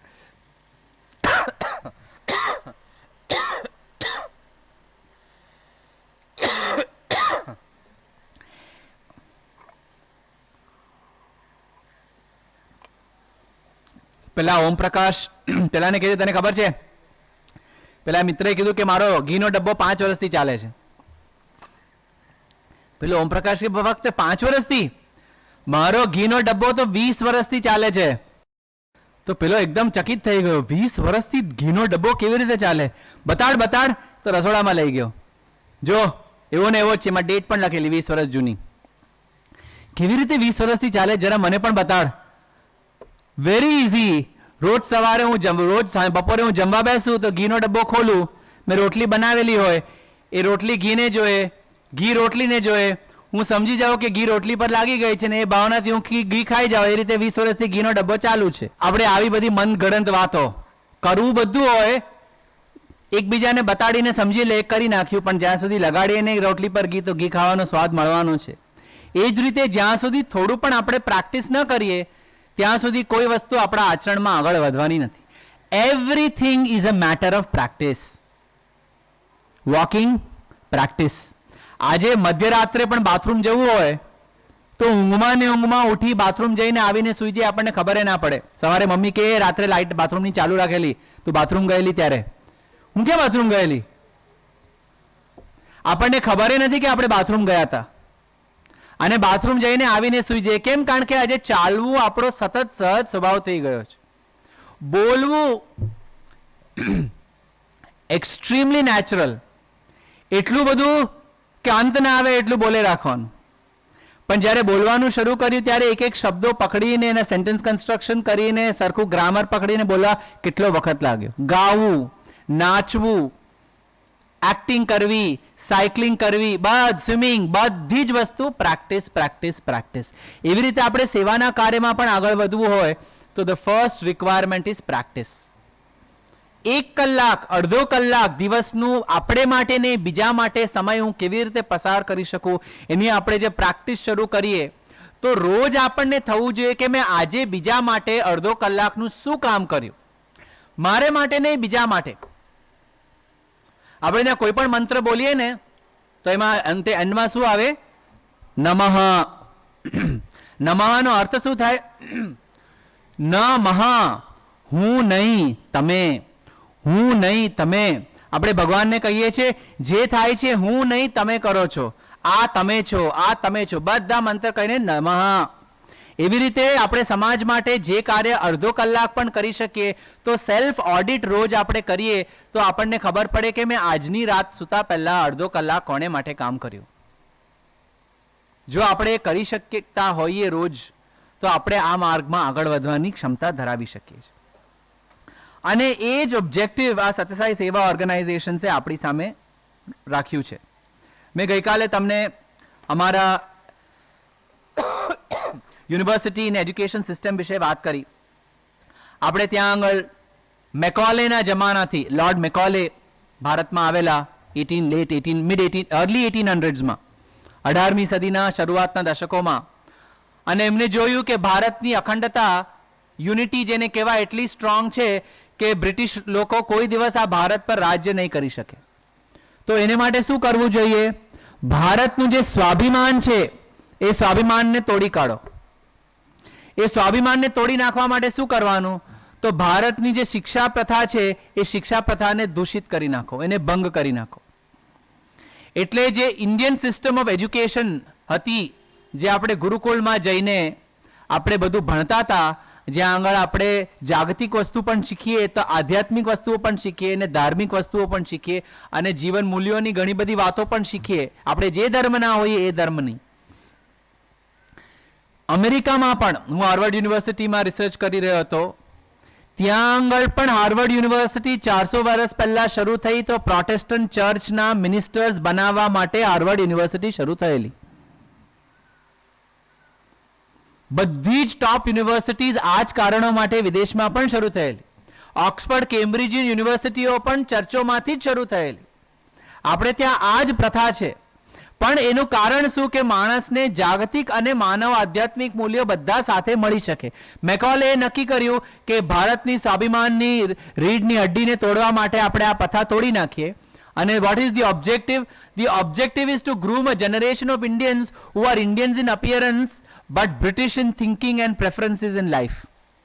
એટલે આપણે દેખાઈએ ઇન્ડિયન્સ પણ બોલીએ ગોટપીટ અંગ્રેજી. એટલે મને આજે ગુજરાતી બોલવામાં અઘરું પડે છે. કેમ? કારણ કે મેકોલે 1800sમાં કરેલી સિસ્ટમ આજે પણ ભારત સરકાર ચલાવે છે. કારણ કે આપણને ઓલવેઝ લાગે કે વિદેશ એટલે વધારે સારું. મેં ગઈકાલે તમને બતાડ્યું કે વિદેશીઓ પર 1750 વર્ષ વધારે સારું કામ કર્યું છે આપણે, અંગ્રેજી જાણ્યા વગર. સંસ્કૃત, હિન્દી, ફારસી, ઉર્દુ, ગુજરાતી વગેરે, તમિળ તેલુગુ વગેરે ભાષાઓમાં સમજી જાણી વ્યાકરણ સંસ્કૃતિ બધું કરીને આપણે અંગ્રેજો કરતાં વધારે સારું કામ 1750 વર્ષ કર્યું છે. એટલે ભાષાનું જે ઇમ્પોઝિશન એક જાતનો ફોર્સ આપણા પર આવ્યો છે તેના લીધે બીજું મેકોલે નક્કી કર્યું કે education should be linked with jobs. આજે પણ ભણવાનું શેને માટે? સારી જોબ મળે એને માટે. જો ભણવાનું સારી જોબ મળે માટે અને જોબ પૈસા કમાવા માટે અને પૈસા જીવન જીવવા માટે હોય તો કૂતરા અને બિલાડા અને પક્ષીઓને બધા જ જીવન જીવે છે. કઈ સ્કૂલમાં ગયા અને કયું જાતનું જોબ કર્યું? આપણે એનાલિસિસ કરીએ તો માણસ અને એનિમલમાં એક જ ડિફરન્સ, વિવેક બુદ્ધિનો. આહાર નિદ્રા ભય મૈથુનાદિ સામાન્ય મેતાત પશુભિર નરાણામ જ્ઞાનમ નરાણામ અધિકમ વિશેષ જ્ઞાનેન શૂન્ય પશુભિર સમાન. ખાવાનું આહાર, સુવાનું નિદ્રા, ભય એટલે ભય અને મૈથુન એટલે આપણે આપણી પ્રજાની વૃદ્ધિ કરવાની, લગ્ન કરીને આપણા છોકરાઓ થાય. એ સેમ વસ્તુ માણસ કરે અને જાનવર કરે, નો ડિફરન્સ. એ લોકોના પણ પરિવાર હોય છે, એ લોકોની પણ પ્રવૃત્તિઓ ચાલતી હોય છે. આપણા બેમાં ડિફરન્સ આ જ જ્ઞાનમ, વિવેક બુદ્ધિ. શું સારું છે, શું ખોટું છે, શું કરવું જોઈએ, શું નહીં કરવું જોઈએ. આપણે એ લોકોની એન્ટ કોલોની ઓપ્ટિમાઇઝેશન કરીને મેથેમેટિક્સમાં આખી રિસર્ચ સ્ટડી છે કે એન્ટ્સ પોતાની કોલોનીના રૂટ્સથી ઓપ્ટિમાઇઝેશન કેવી રીતે કરે, એ ઓપ્ટિમાઇઝેશન પર આખા પ્રોગ્રામ્સ લખાય છે. અમારા સત્તા યુનિવર્સિટીના મેથ્સ કમ્પ્યુટર સાયન્સના ડિપાર્ટમેન્ટમાં એના પર ઘણા બધા પ્રોજેક્ટ્સ થયા છે. એટલે એન્ટ્સ પાસથી પણ આપણે શીખવા જેવું છે. એનો અર્થ એ કે એન્ટ્સની એ કોલોની, વાંદરાઓની કોલોની, કૂતરાઓની કોલોની, પક્ષીઓ ઉડતા એ લોકોની પણ કોલોની કેવા વી ફોર્મેશનમાં ઉડતા હોય છે. જનાવરો ચાલે જંગલમાં ત્યારે રાજા ચાલે છેલ્લો અને સૌથી વીક વ્યક્તિ ચાલે પહેલો. માણસમાં રાજા સૌથી પહેલો અને વીક વ્યક્તિ છેલ્લો, અને એક ગયો તોય વાંધો નહીં. કેમ? કારણ કે બધાનું ધ્યાન રાજા ઉપર. એનિમલ કિંગડમમાં રાજાનું ધ્યાન બધા ઉપર. એટલે we think we are far more civilized than animals. In their own way they are far more civilized and responsible. So if we are doing exactly what animals are doing, then if the education is meant to give you a job, then why do you need to get educated? The Satyasai system of education tells us, and Baba always used to say, education is not for employment. Education is for enlightenment. Education is not for agitation. Education is for elevation. The objective of education is not the collection of facts. The objective of education is the concentration of mind. જો exam માટે ભણી, એક્ઝામમાં આપી અને પાછા આવ્યા પછી આપણે જો કશું જ યાદ ન રાખવાના હોય તો પછી ભણવાનું કારણ શું? હું જ્યારે કોલેજમાં ઘણીવાર ક્લાસ લેતો હોઉં છું તો કોઈ ફોર્મ્યુલા બોર્ડ પર લખ્યો હોય કે ગયા વર્ષે આપણે શીખેલા, ઓ સર એ ગયા વર્ષે શીખેલા, હવે આ વર્ષે ભૂલી ગયા. હવે જો ભાઈ એક વર્ષે યાદ ન રાખી શકવાના હોય તો પછી આગળ જઈને તમારા જોબમાં અને જીવનમાં એ કેવી રીતે યાદ રાખવાના હતા? તો જો ભણવાનું કામ એક્ઝામ લખવાનું અને એક્ઝામ લખવાનું કામ જોબ મેળવવાનું હોય તો પછી આપણે ભણવાની જરૂરત જ શું છે? જોબ એમને મેં મળી જતી હોય છે. ધીરુભાઈ અંબાણી કઈ કોલેજમાં ગયેલા? આ જ સવાલનો જવાબ જો કોઈ આપે તો હું તમને એનો એનાલિસિસ કરીને આપું. પૈસા કમાવા અને જોબ લેવા માટે કોલેજમાં જવાની જરૂર છે જ નહીં. કોલેજમાં જવાની જરૂર છે જ્ઞાન મેળવવા માટે. એ જ્ઞાન વડે સંગઠન કરવા માટે ને સંગઠન કરીને સારા કાર્યમાં કેવી રીતે આગળ વધી શકે એને માટે. પૈસા જરૂરી છે પણ પૈસા is like red blood corpuscles or oxygen in a body is what money is in a human beings life. આપણે એમ કહીએ કે હું જીવું છું એટલે કે મને રેડ બ્લડ કોર્પસલ્સ ઘડી મને બનાવી શકે શરીરમાં એટલે હું જીવું છું. આપણે એટલે જીવીએ છીએ? ના. રેડ બ્લડ કોર્પસલ્સ બને રાખે છે કે જેનાથી આપણું જીવન નોર્મલ ચાલે રાખે. પૈસા એવી રીતે જ રેડ બ્લડ કોર્પસલ્સનું કામ કરે છે, આપણને જીવન જીવવામાં સહાયતા કરે છે. પણ આપણે જીવન જીવાય છે પૈસા માટે કે પૈસા કમાઈએ છીએ જીવન જીવવા માટે? First man spends his entire life to earn money and then he spends his entire money to live a longer life. એટલે the whole objective of the education system in the Satyasai ecosystem is to enable us to realize that the whole objective of life is to be good and not great. Ravan was a great man. મોટા બ્રાહ્મણ હતા, શિવ ભગવાનના ભક્ત હતા, આખો કૈલાશ એમના હાથમાં ઉઠાવી લીધેલો. આપણે વાતો પુરાણોમાં રામાયણમાં સાંભળેલી છે. પણ એક દુર્ગુણના લીધે આજે કોઈ પણ ઘરમાં પોતાના છોકરાનું, ભાઈનું, બાપનું નામ રાવણ નહીં રાખે. રાખશે? અરે he was a great man. No, but he was not a good man. Hiranyakashyap great scientist, બધાને જ હરાવી કાઢ્યો, પણ ક્યાંય પણ તમે તમારા ઘરમાં કોઈનું નામ હિરણ્યકશ્યપ સાંભળ્યું છે? કશ્યપ, યસ, એમના પપ્પાનું નામ હતું. હિરણ્યકશ્યપ, હિરણ્ય પણ સેપરેટલી, યસ, કારણ કે હિરણ્ય મીન્સ ગોલ્ડ. હિરણ્યકશ્યપ સાથે નહીં. Duryodhan, extremely powerful man. કેટલો પાવરફુલ! બલરામે કીધેલું ભીમ નહીં, દુર્યોધન સર્વશ્રેષ્ઠ ધનુર્ધર છે, ગદાધર છે. કોઈ પોતાના છોકરાનું દુર્યોધન રાખે છે? નહીં. Because history always values goodness over greatness. The current society may value greatness over goodness, but history always values goodness over greatness. એટલે Ram is always valued over Ravana. Prahalada is always valued over Hiranyakashyap.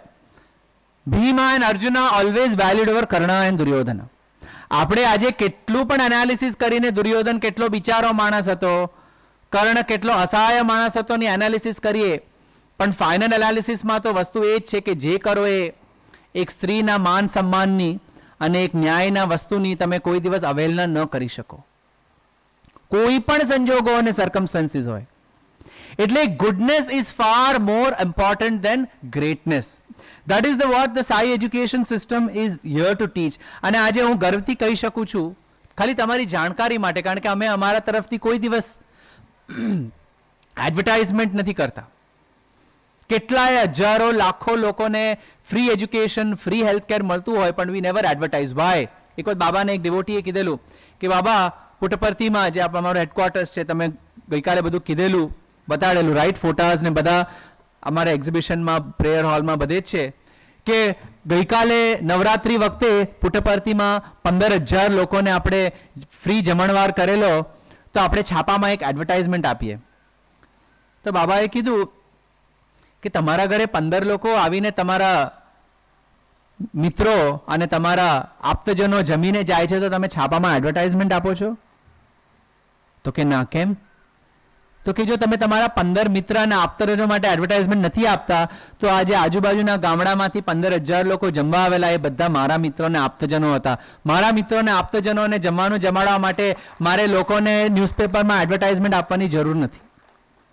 પણ એના લીધે ઘણા લોકોને ખબર નથી હોતી કે આવા સારા સારા કેટલાય કામો ચાલતા હોય છે.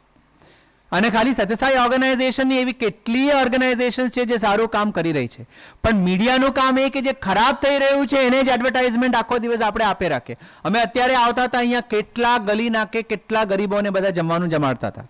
કોઈ પણ ન્યૂઝપેપર કેપ્ચર કરશે કે સુરતના ખૂણે ખૂણે રવિવારના દિવસે સુરતી લોકો જે ખાવાના બહુ જ શોખીન છે, પણ એ જ સારું ખાવાનું ગરીબોને દર રવિવારે લાઈનોની લાઈનો લગાડીને મફતમાં ખવડાવે છે. કારણ કે આપણને ગડબડ ને આ જ બધું રિપોર્ટ કરવાની આદત પડી ગઈ છે. એક જણાએ બાબાને પૂછ્યું, બાબા કેટલું બધું ભારતમાં પ્રોબ્લેમ્સ ચાલી રહ્યા છે, એનું શું સોલ્યુશન છે? તો કે તમે સિનેમા હોલ ગયા છો કોઈ દિવસ? તો કે હા. ત્યાં આગળ એક નાનું બાળક રડે તો શું થાય? તો કે નાનું બાળક સિનેમા હોલમાં રડે તો 500 લોકો નાના બાળક તરફ જોઈ રાખે કે કોણ રડે છે, ક્યાંથી રડે છે, શું છે, એટસેટ્રા એટસેટ્રા. આ દુનિયામાં જે બધું ખરાબ થઈ રહ્યું છે એ નાના બાળક રડતા જેવું છે. એ 500 લોકોના સિનેમા હોલમાં એક જ બાળક રડે છે, પણ બધાનું ધ્યાન રડતા બાળક પર છે. એવી જ રીતે આ 600 કરોડ 700 કરોડ લોકોના સંસારમાં એવા 1.1-0.2% પ્રોબ્લેમ્સ ચાલી રહ્યા છે, પણ બાકી 99% લોકો એ પ્રોબ્લેમ્સ તરફ જ જોઈ રહ્યા છે. જે સારું કાર્ય ચાલી રહ્યું છે એના તરફ જોઈ જ નથી રહ્યા.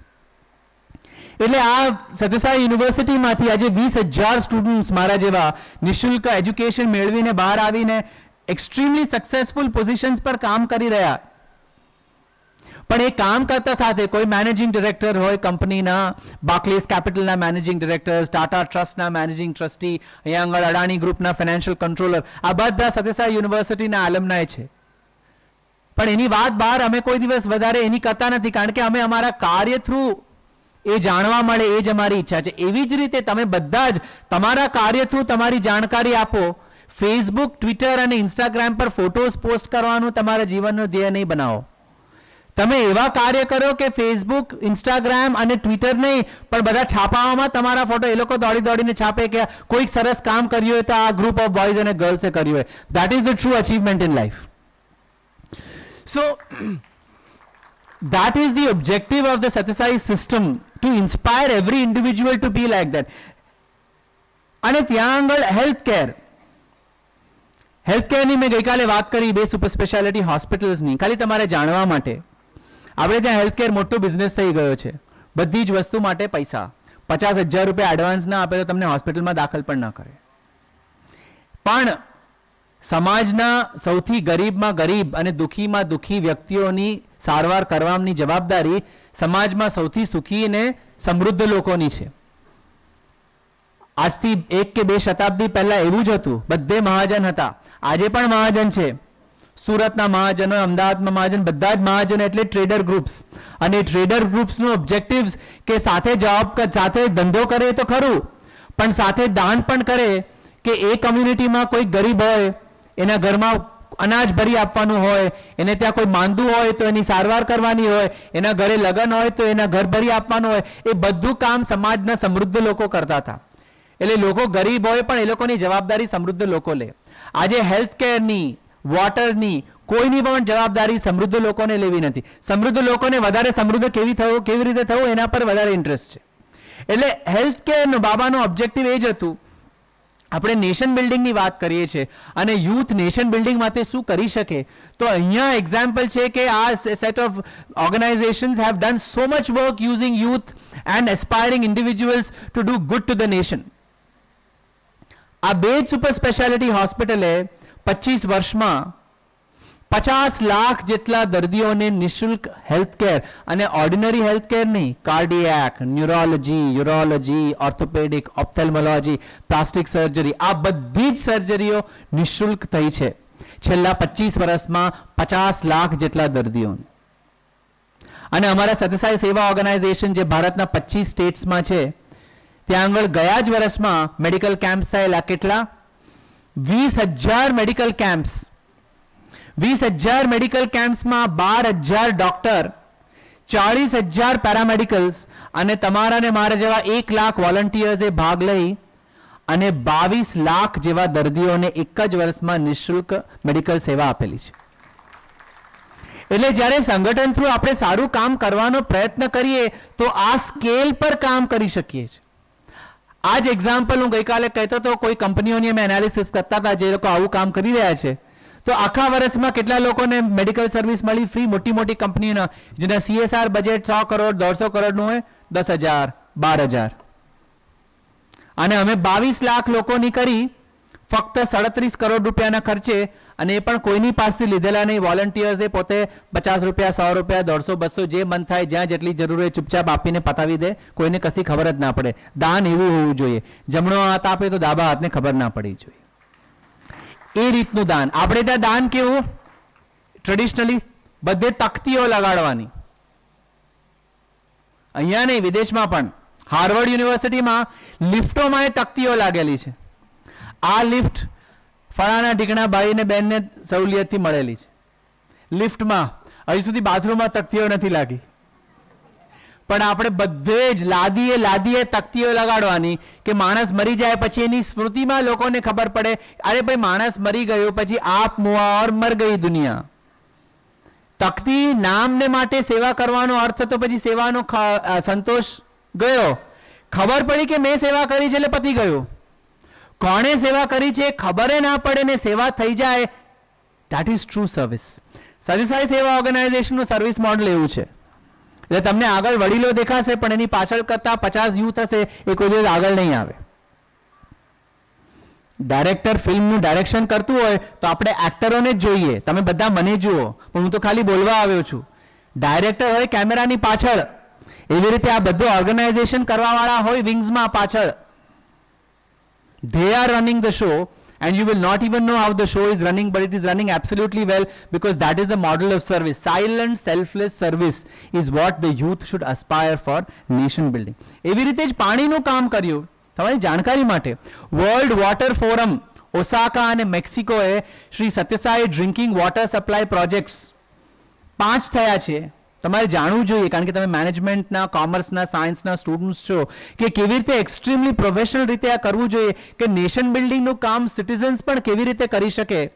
Sathya Sai central trust, Larsen and Toubro company અને તમિલનાડુ અને આંધ્રપ્રદેશની ગવર્મેન્ટે મળીને 1996 અને 1994 1994 અને 2006 2006 આ 12 વર્ષમાં તમિલનાડુ, આંધ્રપ્રદેશ ને તેલંગાનામાં 5 વોટર પ્રોજેક્ટ કર્યા. આખી અનંતપુર ડિસ્ટ્રિક્ટ, ઈસ્ટ અને વેસ્ટ ગોદાવરી ડિસ્ટ્રિક્ટ, મેદક અને મહેબૂબનગર ડિસ્ટ્રિક્ટ અને આખું ચેન્નાઈ સિટી. આ બધું મળીને 1.25 કરોડ લોકોનું પોપ્યુલેશન છે. આ 1.25 કરોડ લોકોના પોપ્યુલેશન જનસંખ્યા માટે આ 3 એન્ટિટીઝે ભેગા થઈને 700 કરોડ રૂપિયાનો ખર્ચો કરીને એ લોકોના ગામડે ગામડે 1,500 ગામો અને એક આખી મહાનગરપાલિકાને એ લોકોના ઘરના દરવાજે પીવાનું પાણીની વ્યવસ્થા થાય એ આ એક ઓર્ગેનાઇઝેશને એકલા હાથે કરી છે. One organization has provided drinking water to 1% of India's population. આપણને લાગે ખાલી 1% of India's population. 1% of India's population એટલે the population of Israel, of United Arab Emirates and Bhutan put together. એટલે 3 દેશોને પાણી આપ્યું એટલું કામ 1% ઇન્ડિયાના પોપ્યુલેશનને પાણી આપ્યું એટલું થયું. અને જ્યારે અનંતપુર ડિસ્ટ્રિક્ટના લોકો આવેલા બાબાને થેન્ક યુ કહેવા માટે કે તમને અમે પીવાનું પાણી આપ્યું. 50 વર્ષથી અનંતપુર ડિસ્ટ્રિક્ટ, તમે ઇન્ટરનેટ પર જશો તમને ખબર પડશે, રાજસ્થાનના ડેઝર્ટ ડિસ્ટ્રિક્ટ છે, એના પછી સૌથી પાણીની તંગી હોય એ ડિસ્ટ્રિક્ટ હોય તો અનંતપુર અને એની આજુબાજુની ડિસ્ટ્રિક્ટ. ત્યાં 700 ગામો છે અનંતપુરમાં અલોન, 700 ગામો. તો એના લોકો આવીને બાબાને થેન્ક યુ કીધેલું. અને બાબા પોતે નાના હતા ત્યારે ગામડામાં રહ્યા હતા. એમના પોતાના ખભા પર એમને પાણીના ઘડા ભરી અને પોતાના ફેમિલીને પાણીની તંગી હતી ત્યારે ભરીને આપેલા. એટલે એમને ખબર છે કે ગામડામાં રહીને પાણીની તંગી એટલે શું. તો જ્યારે એ લોકો એમને થેન્ક યુ કહેવા આવ્યા કે તમે અમને આટલું પીવાના પાણીની વ્યવસ્થા કરી આપી, ત્યારે બાબાએ કીધું ના ના, મને થેન્ક યુ નહીં કહો, હું તમને ધન્યવાદ કરું છું કે તમે મને તમારી સેવા કરવાનો અવસર આપ્યો. અને એટલું જ નહીં, ભવિષ્યમાં પણ તમારી સેવા કરવાનો કોઈ અવસર હોય તો મને કહેજો, હું તમારી સેવા કરી આપીશ. સેવા કરવાનો અર્થ આ, યુથ ફોર નેશન બિલ્ડિંગનો અર્થ આ કે આપણે કોઈ આપણને આવીને વાહવાઈ કરે, આપણને થેન્ક યુ કરે, એને માટે આપણે સેવા નથી કરતા. આપણને બીજાને સેવા કરવાનો અવસર મળે છે અને એનાથી આપણને જે સંતોષ મળે છે એ સંતોષ આપણને સૌથી વધારે પ્રિય છે અને એટલે આપણે એ લોકોનું દુઃખ દૂર કરવા માટે એ સેવા કરી રહ્યા છે. એનો અર્થ યુથ ફોર નેશન બિલ્ડિંગ. કારણ કે નેશન એટલે નોટ જ્યોગ્રાફી, નેશન એટલે હ્યુમન બીઇંગ્સ. તેલુગુમાં સ્વામી એક પોએમ લખેલી, એમાં કીધેલું દેશమంటే మట్టి కాదు దేశమంటే మానుషులోయ్. એટલે દેશ એટલે માટી નહીં, દેશ એટલે માણસો. તમે ને હું દેશને બનાવીએ છીએ. નેશન બિલ્ડિંગ એટલે સ્ટેટ્સને ભેગા નથી કરવાના. નેશન બિલ્ડિંગ એટલે ડિસ્ટ્રિક્ટોને ભેગા નથી કરવાના. નેશન બિલ્ડિંગ એટલે નેશનમાં જે લોકો રહે છે એ લોકોને કઈ રીતે સહાયતા કરી, એ લોકોને કેવી રીતે સશક્ત કરી અને એ લોકોના દુઃખ કેવી રીતે આપણે દૂર કરી શકીએ, એનો અર્થ થાય નેશન બિલ્ડિંગ. જો આપણે માણસને ભૂલી અને માટીની પાછળ દોડાદોડીને લડાઈઓ કરતા રહીએ તો એ માટી અને લડાઈઓમાં માણસનું જ નુકસાન થાય છે. તો પછી એ માટી અને લડાઈ કોને માટે, જો માણસો જ મરી જતા હોય તો. એટલે આજે હું કન્ક્લુડ કરું મારો ટોક તો સમજવા માટે કે કેવી રીતે વિશ્વનું કલ્યાણ ને દેશનું કલ્યાણ થઈ શકે. તો પ્રેસિડેન્ટ અબ્દુલ કલામ એક વ્યક્તિ મને જે બહુ પ્રિય છે, ઘણું મને ઇન્સ્પિરેશન આપ્યું છે. એક બીજી ચોપડી વાંચવી હોય તો એમની આત્મકથા વાંચજો, વિંગ્સ ઓફ ફાયર. એમને લખેલી આત્મકથા બહુ જ સરસ છે, ઘણાએ વાંચી હશે, બેસ્ટ સેલર હતી. અને એક જ એવા વ્યક્તિ હતા જેમને પ્રેસિડેન્ટ અને પોલિટિકલ ફિલ્ડમાં રહ્યા પછી પણ યુથ માટે શું કરવું જોઈએ, યુથે આગળ શું કરવું જોઈએ એના પર એમનું ઇન્ટરેસ્ટ હતું. પોલિટિક્સમાં શું થયું, ફલાણાએ શું પોલિટિક્સ રમ્યું, ઢીકણાએ શું કર્યું, એમાં એમને ઇન્ટરેસ્ટ નહોતો. મારા દેશના ભાવિ જનરેશન શું કરે, શું કરશે, કઈ રીતે દેશનું કલ્યાણ કરશે, એમાં જ ઇન્ટરેસ્ટ હતો. તો આપણામાંથી એવા લોકો હોય કે જે એમનાથી કે એમના જેવા લોકોથી પ્રેરિત થયા હોય તો આપણે એમનું જે વિઝન હતું એ આપણી રીતે પૂરું કરવાની પૂરેપૂરી શક્તિ લગાવીને કામ કરવાની જરૂર છે. એમનું વિઝન હતું વિઝન 2020.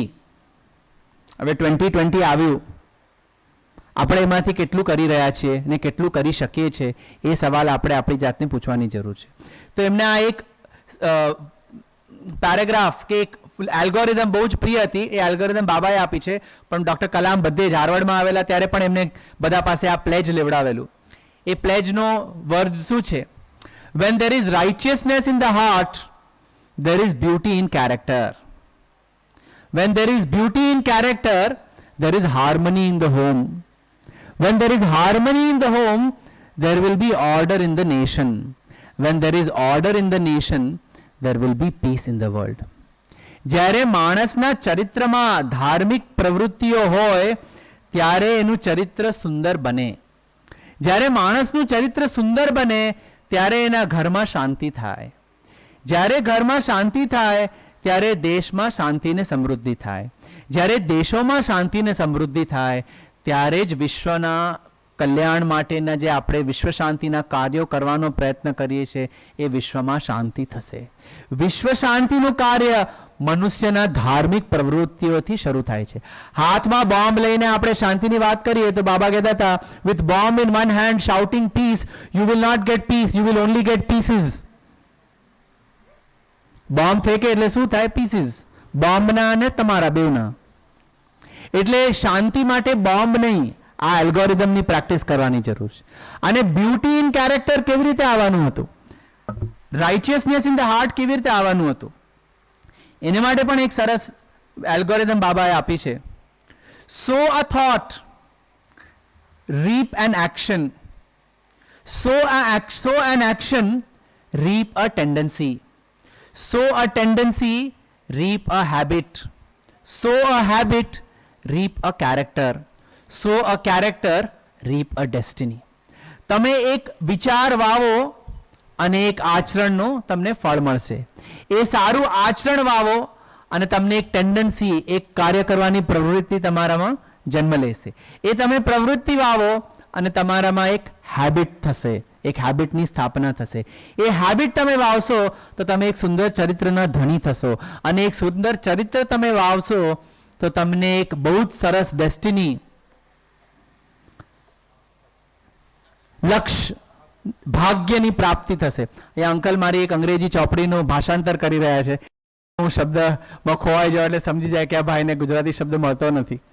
એટલે એક તમને સરસ ભાગ્ય, એટલે સ્વામી વિવેકાનંદે કીધેલું, ઉત્તિષ્ઠ જાગૃત પ્રાપ્ય વરાની બોધિતઃ. Awake and arise and rest not till your goal is achieved, because you are the makers of your destiny. Your destiny is not in the hands of anybody else. The youths are the makers of their destiny. એક છોકરાને પપ્પા પાસેથી time જોતો હતો, પપ્પા પાસે time નહોતો એટલે પપ્પાએ કીધું, આ પઝલ લો, આ પઝલને સીધી કરી આવો. એ પઝલ આખા વર્લ્ડ મેપની હતી. આ પઝલને એકઠી કરીને આવો એટલે એને પપ્પાને થયું કે આવતા 2-4 કલાક છોકરો બિઝી થશે, મને મારું કામ કરવામાં. એ છોકરો 10 મિનિટમાં આવી ગયો. જો પપ્પા આખા વર્લ્ડ મેપની પઝલ તૈયાર થઈ ગઈ. પપ્પાને થયું કે તું આટલું હોશિયાર થઈ ગયો, પ્રાઇમરી સ્કૂલમાં તને વર્લ્ડ મેપ આવડી ગયો? તો કે ના પપ્પા, વર્લ્ડ મેપની પાછળ એક માણસનો શેપ હતો, એ માણસને મેં આખો સરખો કર્યો, વર્લ્ડ આખું સરખું થઈ ગયું. World is not the soil and nations. World is a summation of you and me. If we set ourselves right, the world will set itself right. But the problem is we don't want to set ourselves right. We want the other person to set himself right. પેલી બરાબર થાય તો વિશ્વનું કલ્યાણ થઈ જાય. અરે પણ મારું શું? હું જેમ છું એમ સારું. હું તો અરે આપણે આપણા વખાણમાં તો એટલા પુલ બાંધીએ કે કાલિદાસને પણ શરમ આવી જાય કે એમને પણ શકુંતલામાં આવા ઉત્તમોત્તમ શબ્દોનો પ્રયોગ નહીં કર્યો હોય. એટલે the whole solution to our problems lies in us. વિવેકાનંદને એક યુથે કીધેલું કે હું કઈ જાતની સાધના કરું. મારા એક ગુરુએ મને કીધું છે કે હું ભગવાન સ્વરૂપ સાથેના ભગવાનને ધ્યાન કરીને એની સાધના કરું.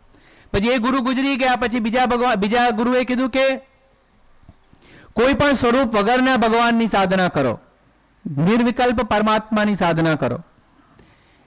હવે એ ગુરુ પણ ગુજરી ગયા. હવે હું શું કરું? એટલે હું તમારી પાસે આવ્યો છું. મને પ્લીઝ કહો હું કઈ જાતની સાધના કરું, કઈ રીતનું મેડિટેશન મારા મેડિટેશન રૂમમાં કરું. વિવેકાનંદે કીધું, અચ્છા હું તમને કહું છું કઈ જાતનું મેડિટેશન કરું. પહેલા તો તમે જે આંખ બંધ કરી છે મેડિટેશન રૂમમાં, એ આંખ ખોલી કાઢો. ખોલી કાઢી. હવે તમે બેઠા છો પદ્માસનમાં, એમાંથી ઊભા થઈ જાઓ. ઊભા થઈ ગયા. હવે તમે અબાઉટ ટર્ન લઈ લો. લઈ લીધો. હવે બહાર જાઓ, મેડિટેશન રૂમનો દરવાજો ખોલો. નીકળ્યા બહાર, સીધા સીધા જાઓ. ઘરનો દરવાજો દેખાયો? હા દેખાયો, ખોલો. એ ઘરનો દરવાજો ખોલશો તો બહાર તમને કેટલાય ગરીબો, દર્દીઓ, દુખીઓ, દુર્ભાગ્યવાળા લોકો દેખાશે. જઈને એ લોકોની સહાયતા કરો. આનાથી વધારે સારું મેડિટેશન અને સાધના વિશ્વમાં બીજું કોઈ નથી. અને જ્યાં સુધી તમારા હાથ પગ ચાલતા હોય ત્યાં સુધી એ લોકોની સેવા કરે રાખો. એ જ સૌથી ઉત્તમોત્તમ સાધના છે. કારણ કે આંખ બંધ કરીને જોકા ખાવાના નામે મેડિટેશન કરવાથી વધારે બહાર જઈને દર્દીઓનું દુઃખ દર્દ દૂર કરવું એ વધારે મહત્વપૂર્ણ વાત છે. એટલે જો આપણે ખરી સાધના કરવી હોય અને આપણા યુથના વર્ષોનું ખરી રીતે ઉપયોગ કરવું હોય તો આ જ રીતે એ ઉપયોગ કરી શકે. પણ પ્રોબ્લેમ શું? અરે યાર, ટાઈમ જ નથી મળતો. મને તો મરવાનો એ ટાઈમ નથી. આ બધી વસ્તુઓનો ક્યાંથી ટાઈમ મળવાનો હતો? Right? This is the kind of conversation we make. જૂના જમાનામાં વાંદરાઓ પકડવા હોય ને, વાંદરા પકડવા માટે એક ફેમસ ટેકનિક હતી.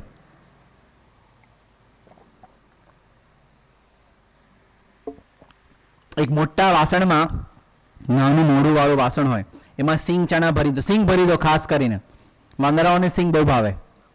ટ્રાય કરજો કોઈ વાર, ખબર પડશે. દૂરથી ટ્રાય કરજો. એટલે એમાં સિંગ ભરી દે અને મૂકી દે. સિંગ હોય એટલે વાંદરાઓ આવે. વાંદરાઓ આવે એટલે પકડી લેવાય વાંદરાને? ના, એ તો કૂદી પડે સીધો. પણ વાંદરાને શું થાય? પેલી સિંગ વાળા વાસણમાં એને હાથ નાખી દીધો. હવે હાથ નાખી દીધો વાસણમાં એટલે એનો હાથ મોટો થઈ ગયો. હવે એના હાથ કરતા નાનું હોય પેલા વાસણનું ઉપરનું મોઢું, એટલે એ એમાંથી હાથ બહાર જ ના કાઢી શકે. અને કારણ કે એને હાથમાં સિંગ ભરી લીધેલી હોય એટલે વાંદરાને થાય કે અરે મને કોઈએ અંદરથી પકડી લીધો છે. એટલે એ હાથ આમ કરીને બધે દોડે રાખે કે અરે મને કોઈ પકડી લીધો છે, પકડી લીધો છે, મને આમાંથી બહાર કાઢો. સત્ય વાત શું છે? વાંદરાએ સિંગ પકડેલી છે હાથમાં, એટલે એ હાથમાંથી છૂટતું નથી. આપણે કામ ને સંસારને પકડ્યો છે કે સંસારે ને આપણા ટાઈમ પાસ હોય આપણને પકડ્યો છે? એનાલિસિસ આપણે આ ઉદાહરણથી કરવું જોઈએ. Do we don't have time because we don't have time, or do we don't have time because the things that we have invested in are not leaving us? આપણે જ આ બધી વસ્તુઓ પકડી રાખી છે. આમ તો કરવું જ પડે.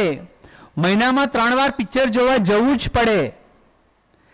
અઠવાડિયામાં 1 વાર બહાર ખાવા જવું જ પડે. લોંગ ડ્રાઈવ માટે 1 મહિનામાં 1 વાર જવું જ પડે. નવી નવી પ્રવૃત્તિઓ શું છે હવે તો મને ખબર નથી, કારણ કે મને કોલેજ છોડે ઘણો વખત થયો. I am imagining what all the youth may be doing today. જે તમને લાગે કે મજા કરવા જેવું છે તમે કરો તમારા પેરેન્ટ્સના આજ્ઞા અનુસાર, પણ એમાંથી થોડોક ટાઈમ આપણે જો અડધો કલાકનો દિવસમાં કાઢીને બીજાને માટે શું કરવું જ પડે એવો વિચાર રાખીએ તો આપણા જીવનના વર્ષો, આ બહુમૂલ્યવાન વર્ષો ઘણા સંતોષથી આગળ વધી શકે છે. આ દેશમાં, અને મારો છેલ્લો પોઈન્ટ તમને કહેવા માટે કે તમે કેટલા ભાગ્યશાળી છો, આ દેશમાં ખાલી 9 થી 10% લોકો ગ્રેજ્યુએશન લેવલ સુધી પહોંચે છે. ખાલી 9 થી 10% લોકો.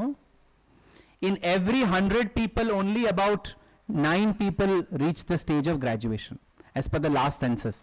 હવે નવું સેન્સસ આવશે 2 વર્ષમાં, 3 વર્ષમાં. એટલે તમે દર 100 માંના 9 માં એક છો.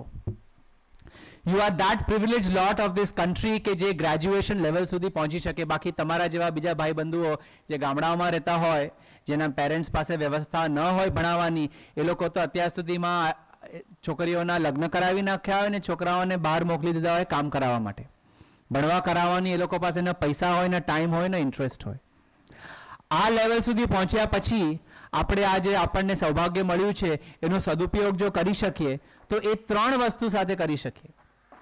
એક છે આઈક્યુ, જે આપણને ભણવાથી મળે છે. બીજું છે ઈક્યુ. આઈક્યુ એટલે ઇન્ટેલિજન્સ કોશન્ટ. ઈક્યુ છે ઇમોશનલ કોશન્ટ.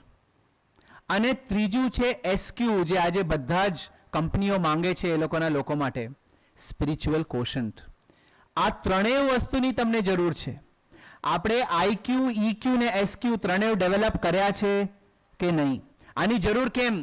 કારણ કે સૌથી વધારે ટોપ યુનિવર્સિટીઝમાં ભણેલા છોકરા છોકરીઓ જ સુસાઇડ કરે છે, એવું અમેરિકાની એક સ્ટડી કહે છે. તમે 2 કરોડ રૂપિયા ખર્ચીને હાર્વર્ડમાં MBA કર્યા પછી, વર્ષના ₹1 કરોડની સેલરી મળતી હોય એવા કાર્ય કર્યા પછી, આગળ વધતા વધતા એ સેલરી 1.5-2 કરોડ થાય એટલા પૈસા કમાયા પછી તમારે સુસાઇડ કરવું પડે એટલું તમને દુઃખ પડી જાય, એનો અર્થ એ કે તમારામાં ચેલેન્જીસ અને સ્ટ્રેસ આ સહન કરવાની શક્તિ છે જ નહીં. તમે ભણ્યા પણ ગણ્યા નહીં. આપણામાં જે કહેવત છે ને, ભણેલો ગણેલો છે, આપણે ભણેલા છે પણ ગણેલા નથી. એટલે this is the whole objective of this youth program, કે we have to develop the IQ in college and EQ and SQ on the fields. Peter Drucker, one of the greatest management thinkers of the 20th century, એમની છેલ્લી ચોપડીમાં observe કરેલું, and I quote him here, the best way to cultivate and measure one's leadership potential is to participate in nation building activities and activities of service to society. આ Peter Drucker management થિંકરે કીધું છે કે તમારે જો leadership potential એમ્પ્લોઈઝમાં develop કરવું હોય તો એ લોકોને સમાજ સેવા અને લોક કલ્યાણના કાર્યોમાં સહભાગી થવાનો અઠવાડિયામાં થોડા કલાકનો તો કંપનીઓએ ચાન્સ આપવો જોઈએ, તો જ એ લોકો લીડરશિપ પોટેન્શિયલ ટ્રુલી ડેવલપ કરશે. અહીંયા આગળ સત્સાઈ સેવા ઓર્ગેનાઇઝેશને તમને એને જ માટે એક અનુભવ કરાવવાનો પ્રયત્ન કર્યો છે. આ અનુભવ આપણે કેવી રીતે આગળ લઈ જઈ શકીએ, એક કથા સાથે હું મારે વાતને વિરામ આપીશ. એક માણસ હતો, એને 20 કિલોમીટરનું જંગલ ચાલવાનું હતું, અંધારું થઈ ગયેલું, એના હાથમાં નાનો ટોર્ચ હતો. એને વિચાર થાય કે આ નાના ટોર્ચની લાઇટ તો ખાલી 6 ફીટ સુધી લાઇટ આપશે, મારે 20 કિલોમીટરનું જંગલ ક્રોસ કરવાનું છે, હું આ નાના ટોર્ચ સાથે 20 કિલોમીટર કેવી રીતે ક્રોસ કરીશ એમ કરીને બેઠો રહ્યો. એક માણસ 2 કલાક પહેલા એ બાજુથી ગયેલો, એને માણસને ત્યાં જ જોયેલો, ટોર્ચ લઈને ઊભો છે. 2 કલાક પછી પાછો આવ્યો, એને પૂછ્યું કે શું થયું, તું 2 કલાક તો અહીંયા જ ઊભો છે, કેમ આગળ નથી વધતો? તો એ કે જે આ 20 કિલોમીટરનું જંગલ છે, અંધારું થઈ ગયું છે, મારા હાથમાં ટોર્ચ છે, આ ખાલી 6 ફીટ લાઇટ ફેંકે છે, હું કેવી રીતે પેલી બાજુ પહોંચી શકીશ? તો એને કીધું, ગધેડા, તું જેવી રીતે આગળ વધશે એવી રીતે તારા હાથમાં જે ટોર્ચ છે એ પણ આગળ વધશે કે નહીં? 6 ફીટની લાઇટ આગળ વધતા વધતા 20 કિલોમીટરનું આખું જંગલ ક્રોસ કરી શકશે. એક સાથે 20 કિલોમીટરની લાઇટ ફેંકવાવાળો ટોર્ચ કોઈ દિવસ દુનિયામાં બન્યો છે? આગળ શું થશે આપણા નાના કાર્યોથી લોક કલ્યાણનો પ્રોબ્લેમ, જે લોક કલ્યાણનો જે આપણો આદર્શ છે એ કેવી રીતે આપણે એને પ્રાપ્ત કરી શકશું, દુનિયાના દુઃખ અને ભારતની સમૃદ્ધિમાં કેવી રીતે આપણે દુઃખ દૂર કરવાની ને સમૃદ્ધિ પામવાની જે આપણી ઈચ્છા છે એમાં કેવી રીતે આપણે ફાળો આપી શકશું, એની અત્યારથી ચિંતા કરવાની જરૂર નથી. આપણા હાથમાં જે આ સેવાનો ટોર્ચ, જે સેવાભાવની જ્યોતિ આ યુથ ફેસ્ટિવલમાં સત્યસાઈ સેવા ઓર્ગેનાઇઝેશને જલાવી છે, એ જ્યોતિને આપણે હાથમાં લઈને આગળ વધતા જઈએ તો એ જ્યોતિ જ આપણો પથનું પ્રદર્શન કરતા કરતા આપણને એ માર્ગમાં એક સાથે એકઠા કરી અને આગળ પથ પ્રદર્શિત કરશે અને એ ધ્યેય પ્રાપ્ત કરવાની આપણને શક્તિ આપશે. એ જ શબ્દો સાથે હું મારું આજનું પ્રવચન સમાપ્ત કરું. જય સાંઈ રામ.